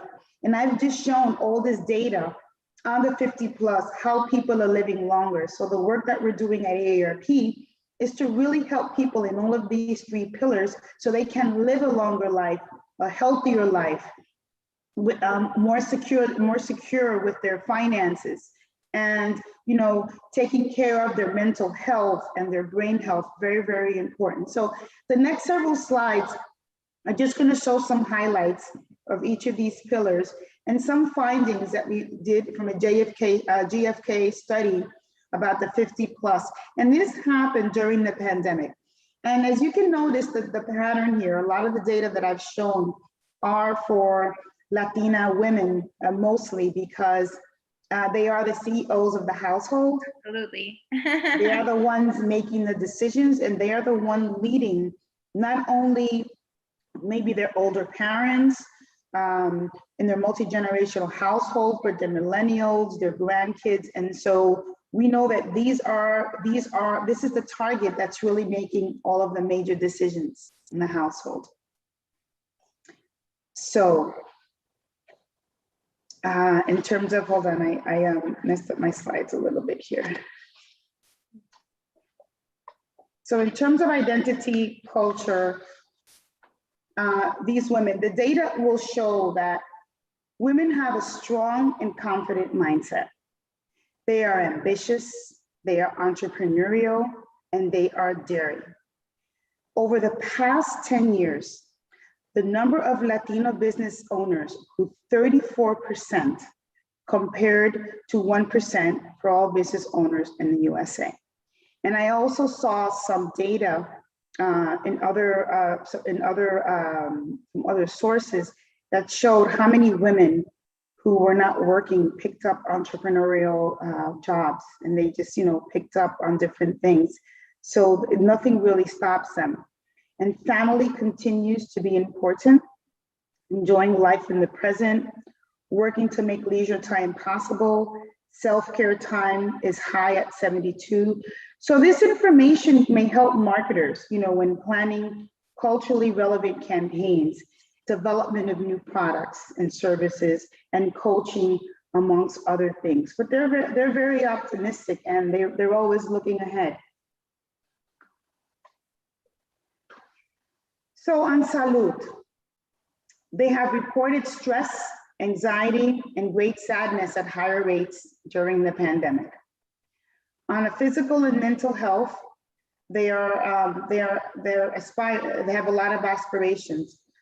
Like many Americans, these women are looking to improve their physical health and mental well-being. Remember, if they are not well, they cannot take care of their household. So this is a very important point. And these women are also staying free from disease. They're staying physically mobile. They're keeping mentally alert and on top of their health goals. And this data indicates that there is information that can help, to develop products and services that may be helpful to Latinas, those that may do coaching or helping women improve in different life skills. Understanding this can really help them. I think once you have data, it's easier to plan and develop different things, especially for women. And then in terms of their economic mood and financial concerns, for the 50 plus Latinas, the economic uncertainty was high even before COVID related economic woes. Just take a look at some of the numbers that show, how confident they were in buying.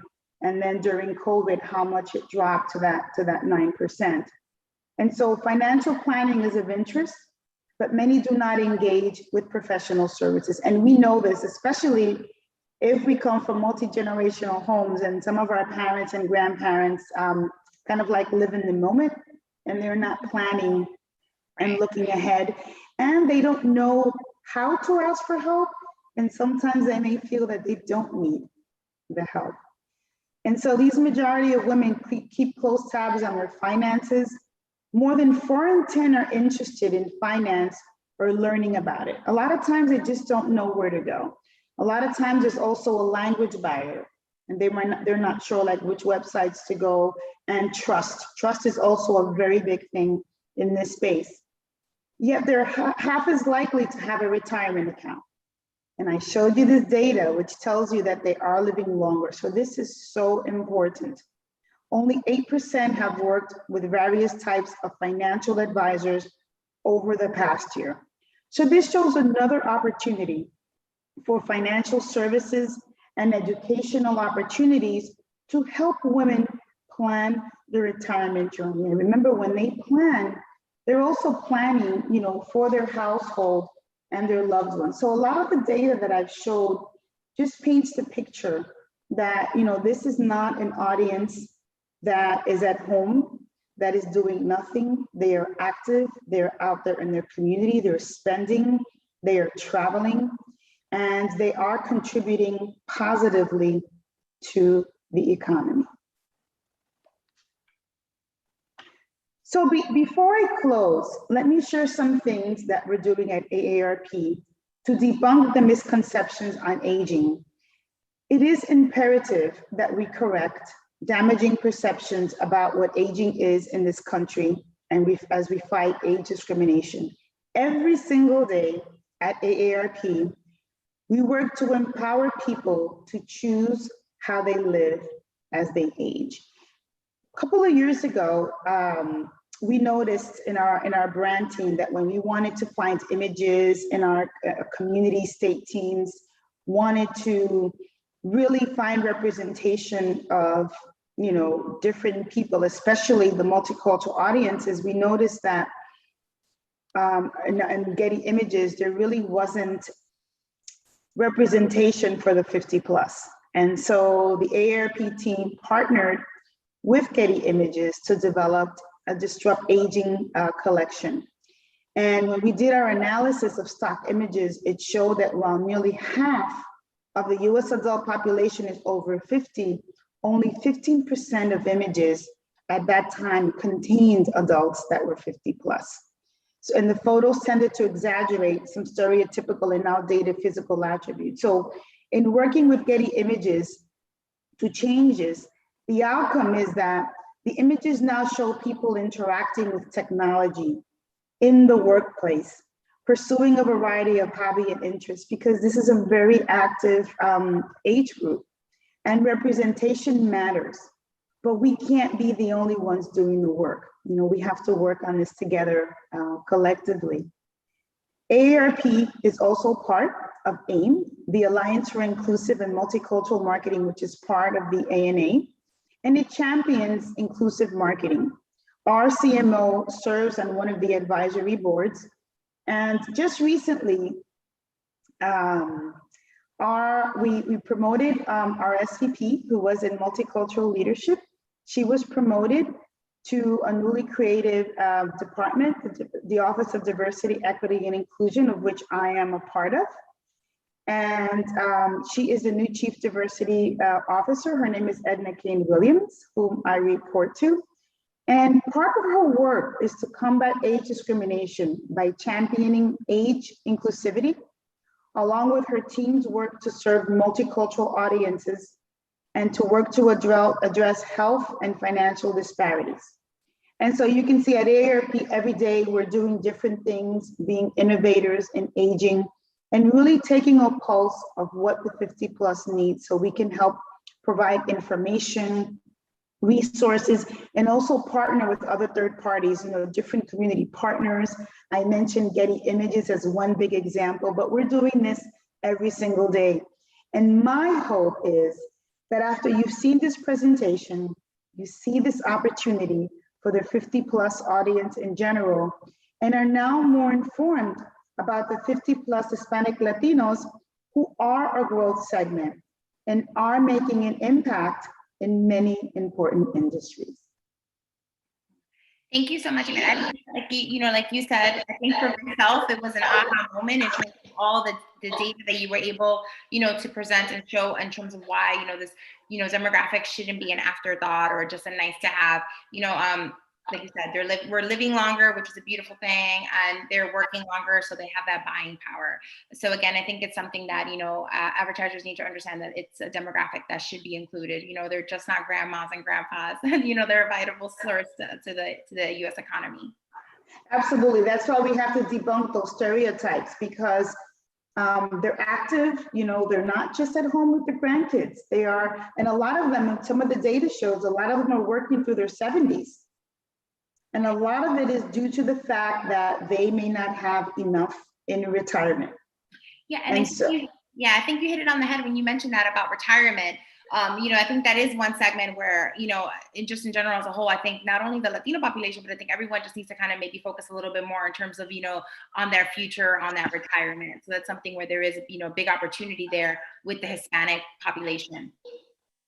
Absolutely, absolutely. And, we try to uncover that, by doing all of this research. AARP is so data rich, partnering with different organizations and people, because it's important for us to also have products and services. We are a membership driven organization, having products and services for the 50 plus. Also we have a lot of information that I can share as well. A lot of our websites, I'd love to show this, AARP.org, AARP in Espanol, information in English and Spanish, in the areas of health, wealth, and self, and also fun and fulfillment and entertainment. We are on Facebook as well, AARP in Espanol. Aliados Adelante has all of our advocacy work in Spanish.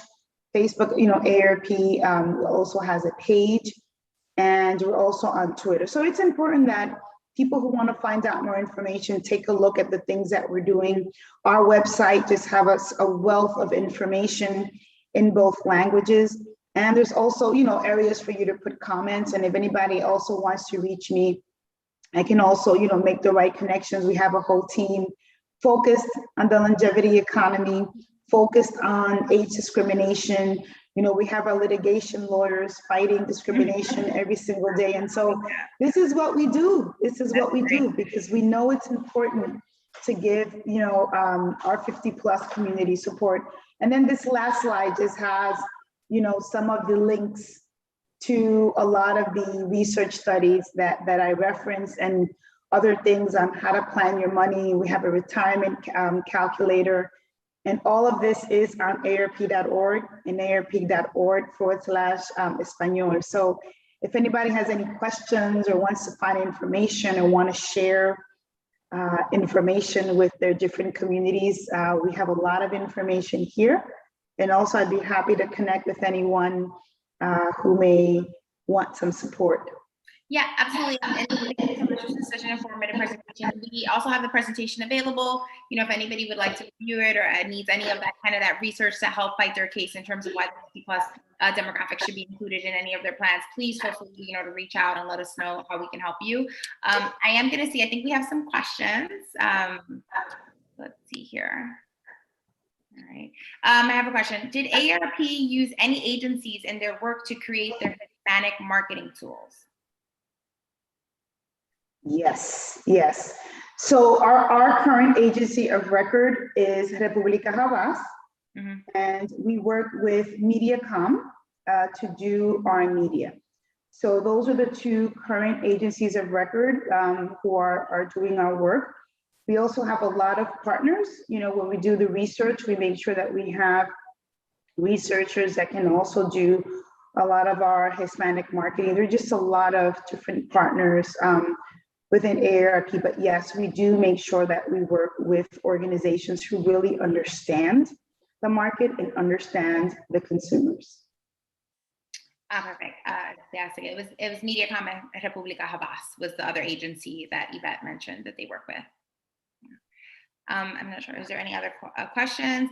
I have a question. So Yvette, I know that you've been at AARP for a long time. Like, what was one of the things that ignited this passion in terms to be a part of this team.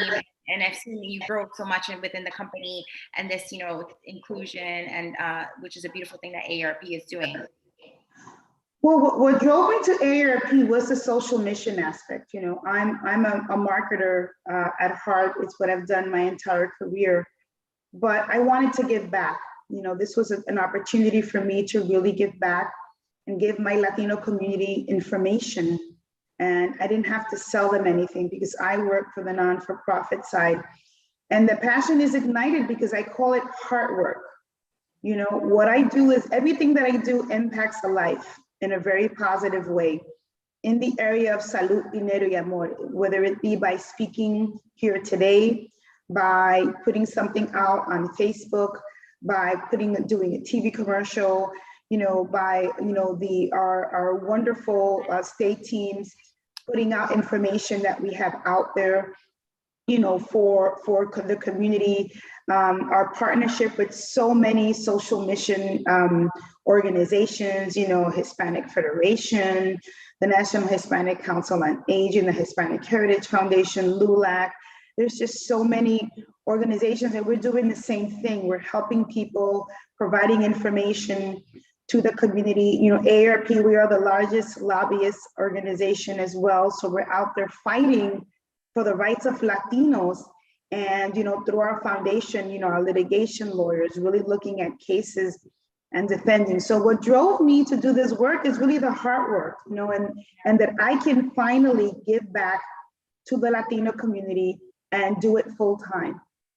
That's beautiful. So it's great because not only you're helping the community and engaging with this community, is there, obviously we spoke about, media representation and how, there's a missed opportunity. Is there a marketer out there, obviously besides AARP that you think is doing it well or doing it right in terms of connecting with that 50+ demographic?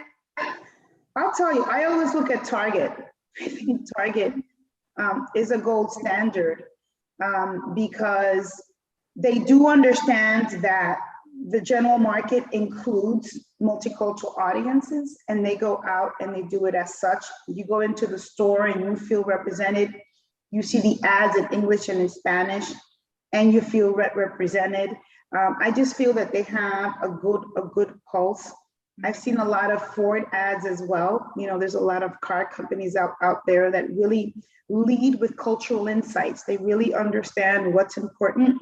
And they know that if they want to reach the Latino community, they have to do it in English and they have to do it in Spanish. One ad that I particularly love is the Cheetos Bad Bunny ad. Oh yes, it's a great one. I love this. Think about it. He's speaking in Spanish. He does reggaeton. Yeah. The commercial is in English, is on Latino channels. It's in English. It comes on often. It highlights a nuance. And the general market may not know, people who are not Latino or non-ethnic may not know who Bad Bunny is, but he makes a statement and he's used. So you need to be bold and do it. So I think that Cheetos ad right now is one that stands out because I think it's so well done. I agree. I think that is one of the ones that when I see the ad, I love it because he's speaking in Spanish and he, the commercial is running on English language networks. And I love that they have the translation there. Again, I remember seeing an interview with J Balvin that he said, no, I don't want to have people, I don't want to cross over to English. I want them to cross over to me, to my language. So I thought that was great in terms of how Cheetos did that. I have another question. Any other ads you think are doing a great job with Hispanics? Well, I think, like you mentioned, I think the Cheetos one did a great job. I love the Corona one. Did you see the recent Corona one with Snoop Dogg actually and Bad Bunny again? He's very popular.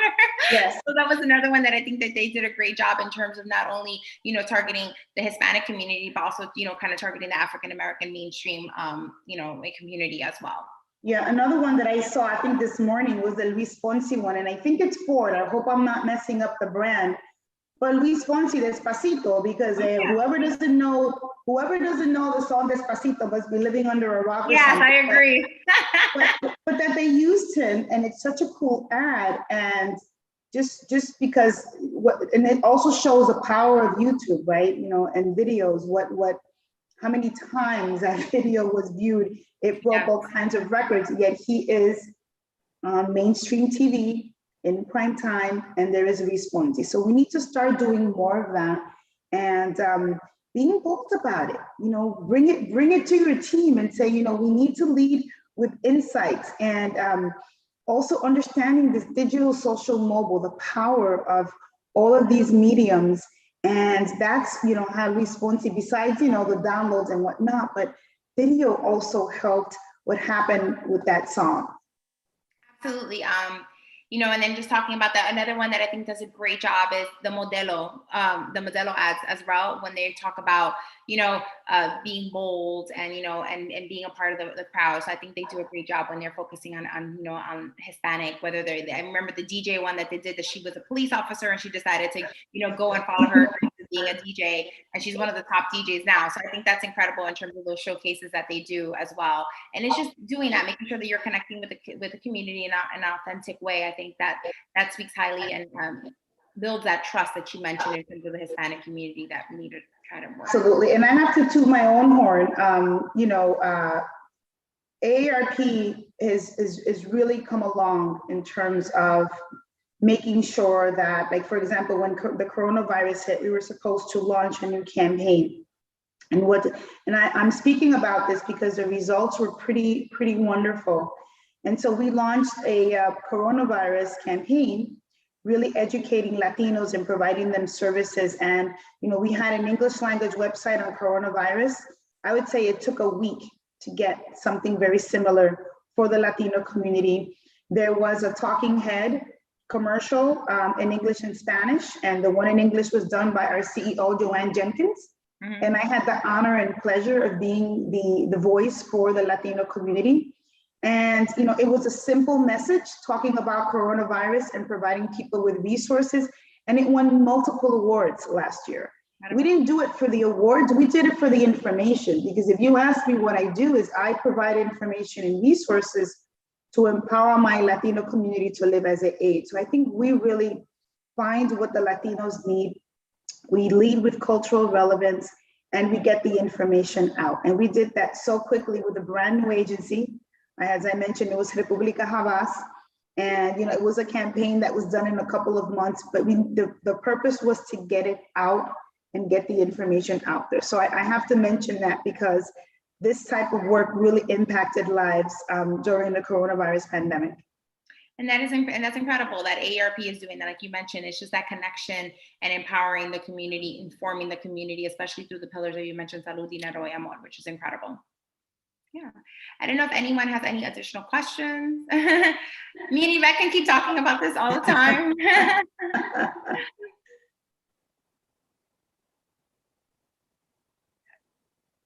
Hey, Andrew.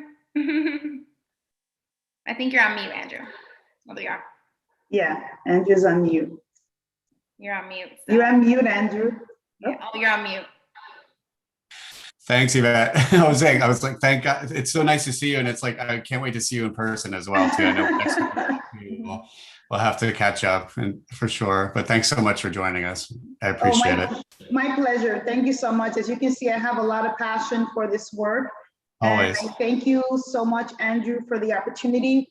Zulema, I've made a new friend, una nueva amiga. Thank you so much for working with me on this and for letting me tell the story of the 50 plus.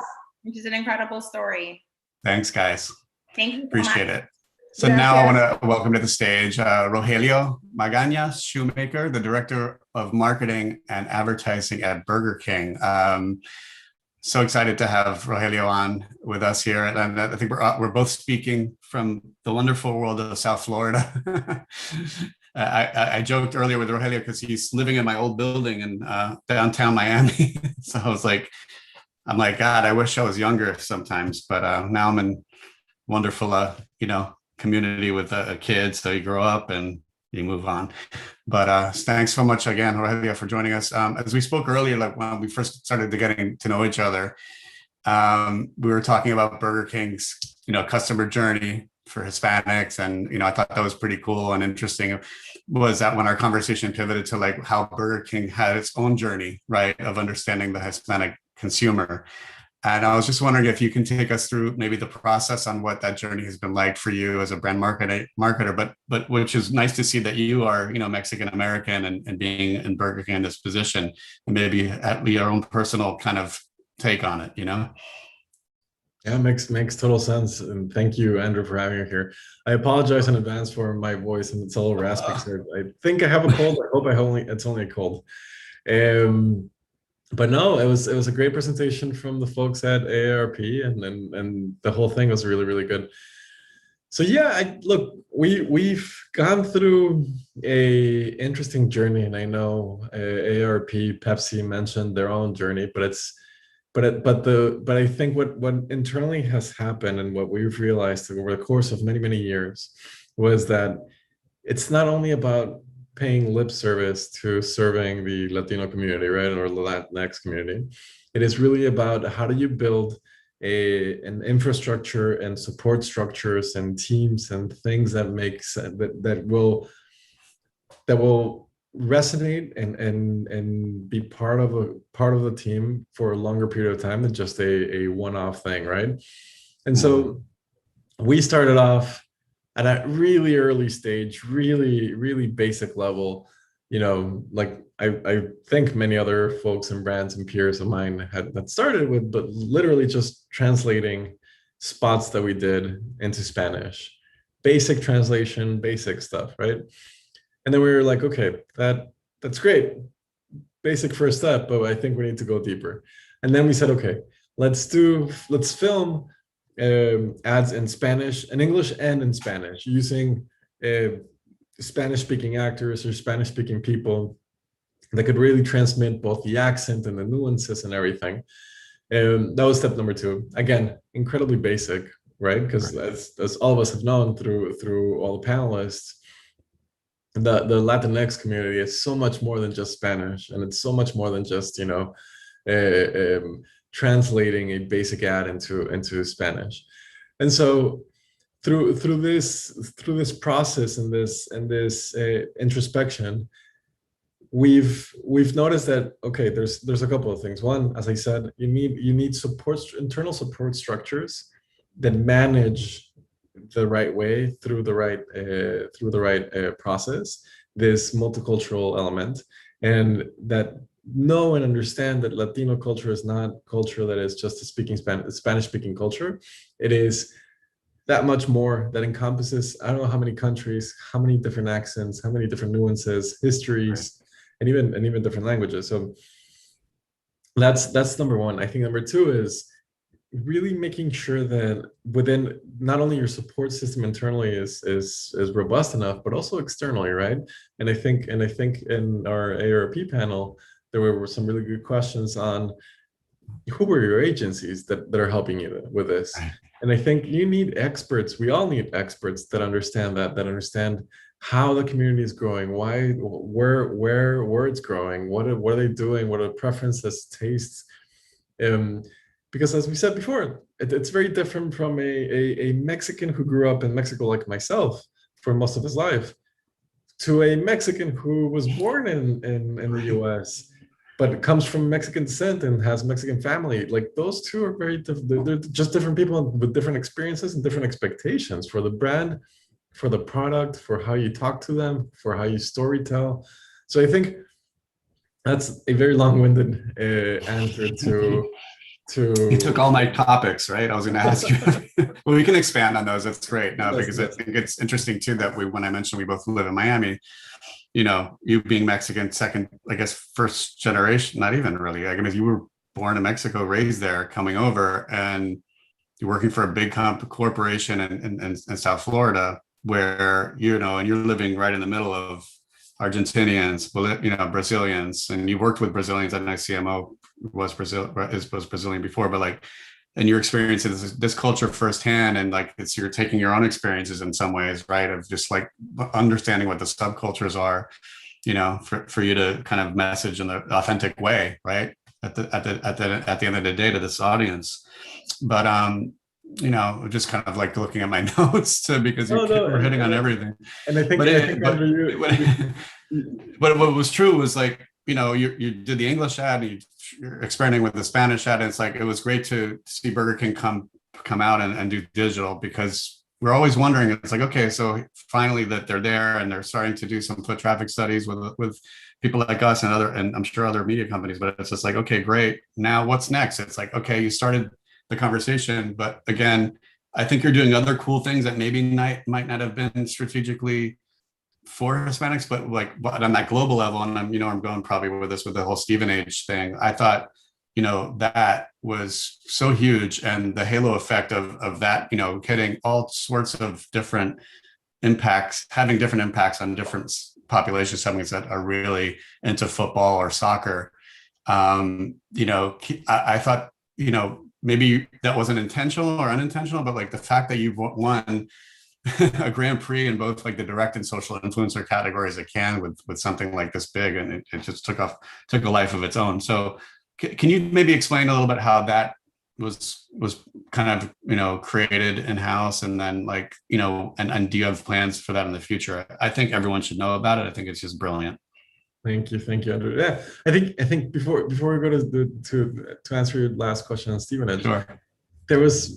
You mentioned something really, really important that I think as Burger King and as part of our journey, we really want to make sure we hit is, which is the uniqueness factor, right? It has to be the way that we do all the work, the way that we do all the creative, the way that we do the way that we handle multicultural, the way that we handle Latinx. It has to be very unique, and it has to be it has to feel like you're speaking to them in a single, in a personal way, right? As a brand, as a brand manager, as a person that manages the brand for any company, you should be able to tell the story in a very unique way that resonates with consumers. And so now, what we're trying to do is resonate with consumers across the board with our Latinx community, but that resonating will, as I said, won't be just doing in Spanish. It would be with like so many different things and so many other opportunities, both being product related. So what products do you have in the market? Mm-hmm. To how do you tell the story, and what channels do you tell them? Whether you use Facebook, Twitter, or any other channel, WhatsApp, maybe. Right. And then of course the storytelling and the creative, which play a huge important part in this. Now to your question, yeah, Stevenage, it was a really great campaign. I think it honestly didn't start that way, and it really didn't start as a Latin first campaign, but it certainly kind of resonated incredibly in our Latin community, right? So the campaign itself was really, how do you hack this whole concept of partnerships and gaming, which is really in vogue, which is super expensive, and it's, if you ever want to get a Dan Marino to sign your shirt and play play with it and NFL 2K, it'll be really expensive. And so the way that we did it and the way that we ran around it was really just trying to be fun, tongue-in-cheek, playful, have this like playfully irreverent approach, where we literally sponsored the fourth division. I think it was one of the lowest ranking teams in the UK, called Stevenage. And if you haven't heard of them, that's on purpose. But we sponsored them. We had our T-shirt on them. And then everything took off from there, because that only meant that we were going to be part of that, of the gaming community. We're going to be part of the sponsorship community. We're going to be part of a different place, and we could just create a ton of noise and UGC content. But what's funny though is that when all of this started hitting the market, we got a ton of responses and content and virality through our Latin American community. So a ton of Mexican friends of mine were like, "Wait, are you serious? Are you doing this?" Brazil, everyone in Brazil, and Argentina and Mexico. So there were so many different things that we could learn from that, even though it's not necessarily, it didn't start as a Latinx or a Latinx project, but it did resonate the right way, right? And I think just to clarify for everyone in the room, it's football and not Not soccer. That's the original one. I know. I just like figure United States beat Canada yesterday, and I'm like, yeah, that's football. That's really football. It's not really soccer. Exactly. But it is what it is, right?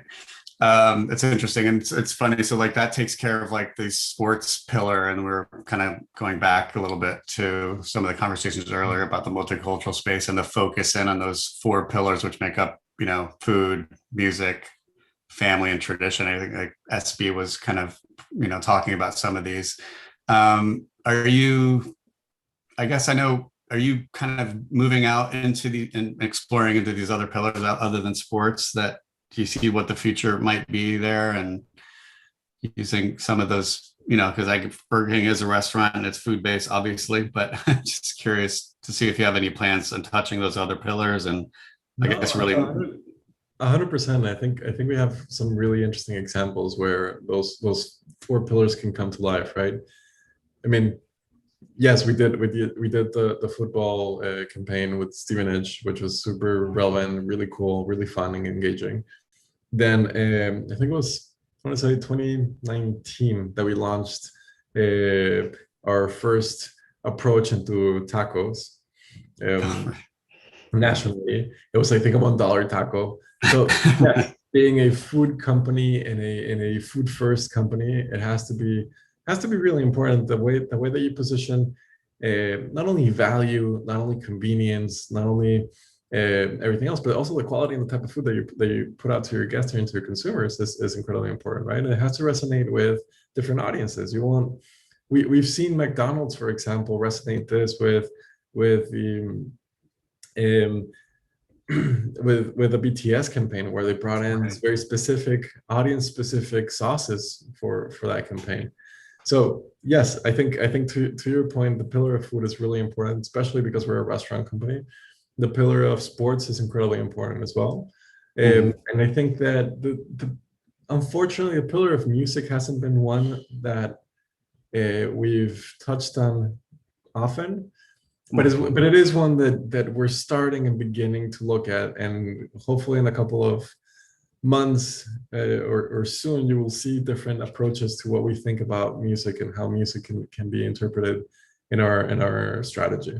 Great. That's good to hear that you kind of touch on all those, pillars and try to connect authentically in that way. I was just talking about, you mentioned Latinx earlier, because I know that's kind of like a big, do we use it? Do we not use it? So there's like I heard it from you, but I'm just curious because it's like, all right, well, most Latinxes don't kind of identify with themselves that way, but like, so how do you feel about the term? I mean, you're Mexican, like you used it, but I'm just out of curiosity. That's a great question. It's been on and off in different circles I talk to. It's a term that is relatively new to me since I've been in the US or even before. And I think, look, I'm not a fan of boxing people or identities into very particular definitions, because myself, I have never been part of never considered myself part of a single, very clear-cut definition. So, and I know we are all different things in different parts in different worlds. So can we use Latinx? Yes. Can we use Hispanic? Can we use Latino? I think so. I think as long as they're not pejorative, or they're not, offensive, or they're not in any way disrespectful, I think I'm fine using them. I think it's the use of a name to describe a certain people just becomes very challenging, because then your mindset, your whole business mindset, just goes to that very specific definition, right? And you lose that uniqueness, and you lose that value of being personal and talking to someone in a very personal way. Yeah, I agree. I know we kind of touched about this a little bit. Mexicans are different than Cubans, Colombians are different than Dominicans, Argentinians are different than Afro-Caribbean, et cetera. And, as brands kind of progress in understanding like the nuances that we were talking about earlier between subcultures, the languages and the wording, and consumption habits, even, from Latin America. Like we kind of leverage our data in LATAM on consumption for specifically like beverages and alcohol. So like Mexicans might not drink tequila as much as you think they might be, or Argentinians will drink beer as over wine. Like there's a lot of those nuances that we're learning from Latin America that we bring to brands here in the United States. So, when you're starting to get into this and you're using a common denominator of sports and, music or whatever the other pillars are to talk to Hispanics in a broad way. I was just thinking an example might have been that we work with like Lexus, for example, which is public information, that we do subcultures at a very finite look at using social influencers, right? And then scaling that up from a local level. So like if they have DMAs that are or LMAs that are in Miami, Phoenix, for example, or Dallas or San Francisco or Chicago, there's like more of a prevalence of Mexican Americans over Caribbean versus that. So it's like, how do you connect with an El Salvadorian or a Dominican within these cities? So what we found, it was just using like social influencer at that level, and then kind of trying to scale it.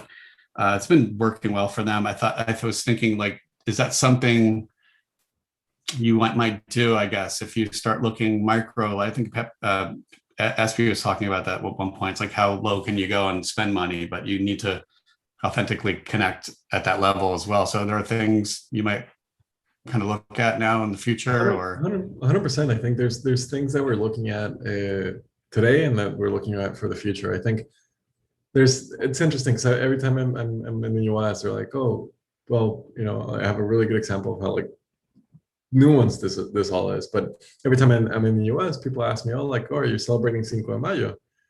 I'm like, what do you mean? Like, yeah, Cinco de Mayo, of course. Sometimes people confuse it with Independence Day. Sometimes people confuse it with just a very popular Mexican holiday. It is a holiday, but it's not one of the most important ones, right?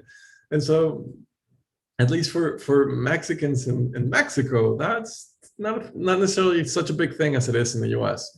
So that's a great example of how you can, there's so many different nuances, even within the same country and the same type of culture and the same type of background that you're coming from. Mm-hmm.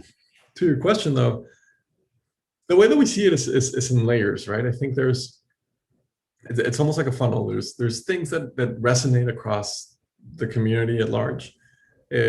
Like, of course, football, which is incredibly important, resonates with everyone. Everyone in Latin America watches it except me, which is super weird. I always say I'm the worst Latino ever.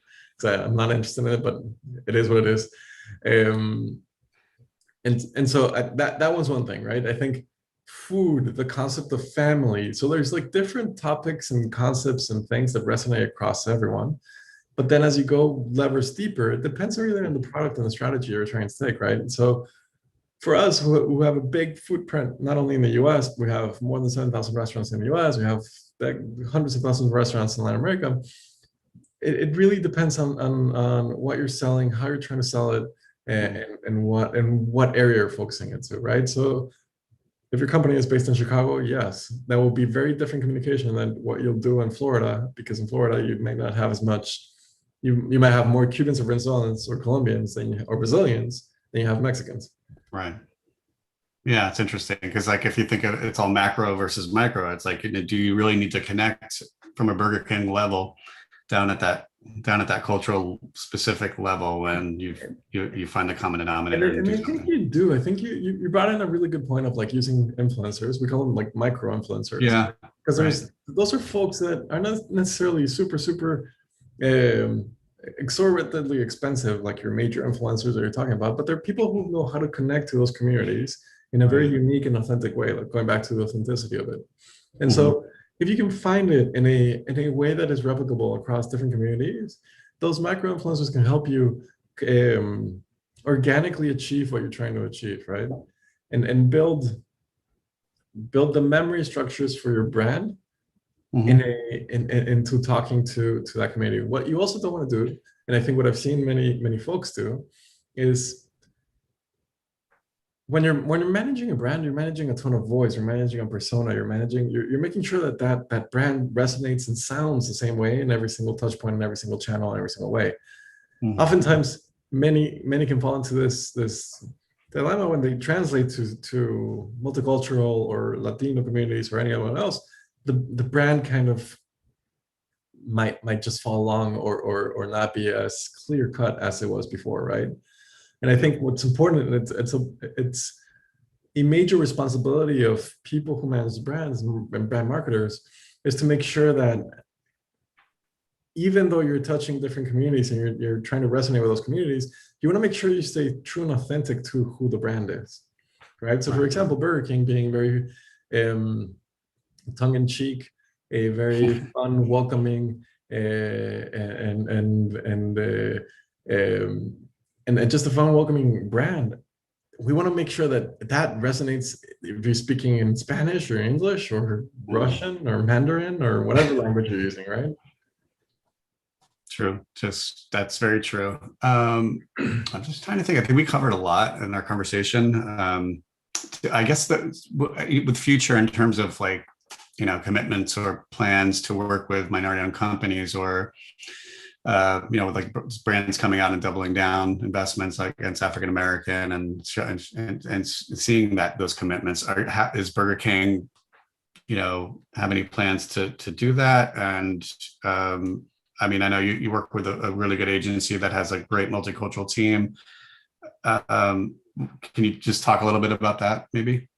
Yeah, for sure. We have a couple of different efforts. I know there's a lot in the works, and our teams are making sure that we get there. I think the first step that we're taking is building that structure, internal structure, so we can support everything in one place, right? So we can support this multicultural view, and not only in a one and done campaign, but across time and across multiple different places. I think the second one is our sister brands. So Burger King is part of a company called Restaurant Brands International, who also owns Tim Hortons and Popeyes, along with Burger King.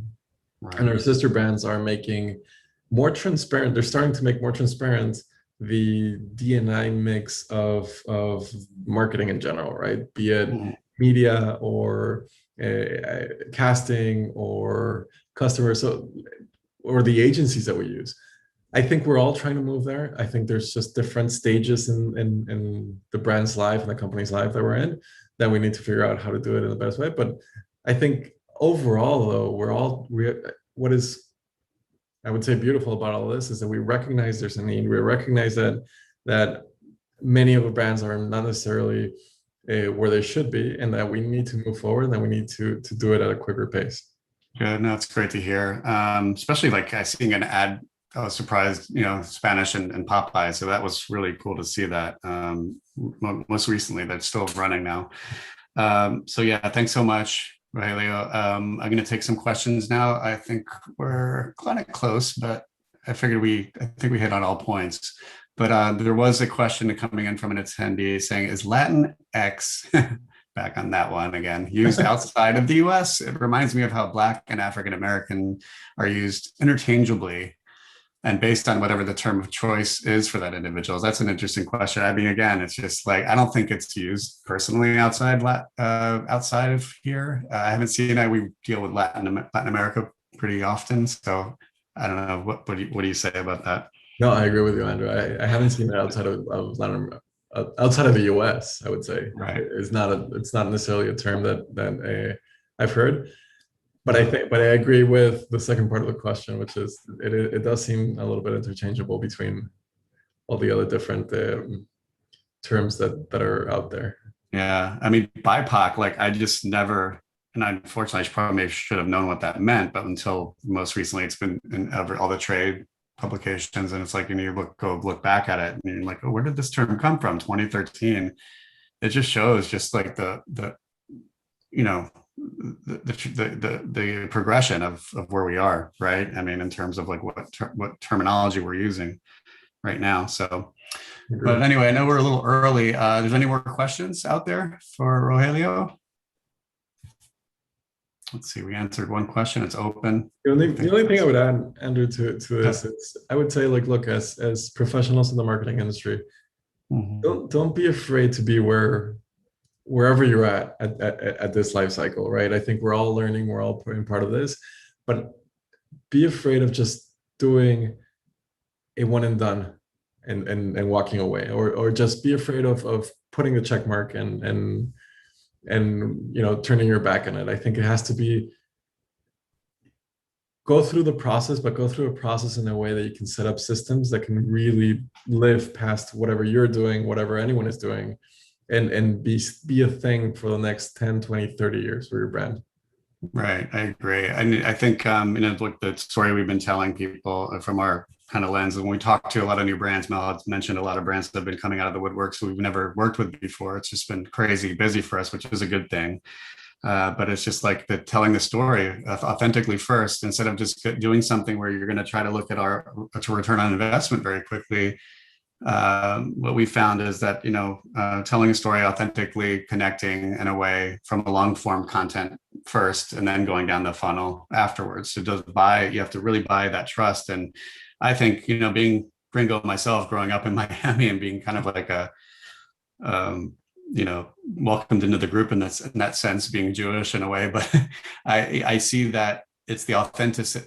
You have to be transparent when you're speaking to someone like this within this group. It's just like they see right through it, and and the only way to touch and do that is long form, I think, and then just kind of like really grinding into buying into the trust, and then getting into the ROIs of and sales aspect of our game. But what do I know? I've only been doing this 10 years. You've done a fantastic job, and you can pronounce my name perfectly. So of course, that I'm really good at.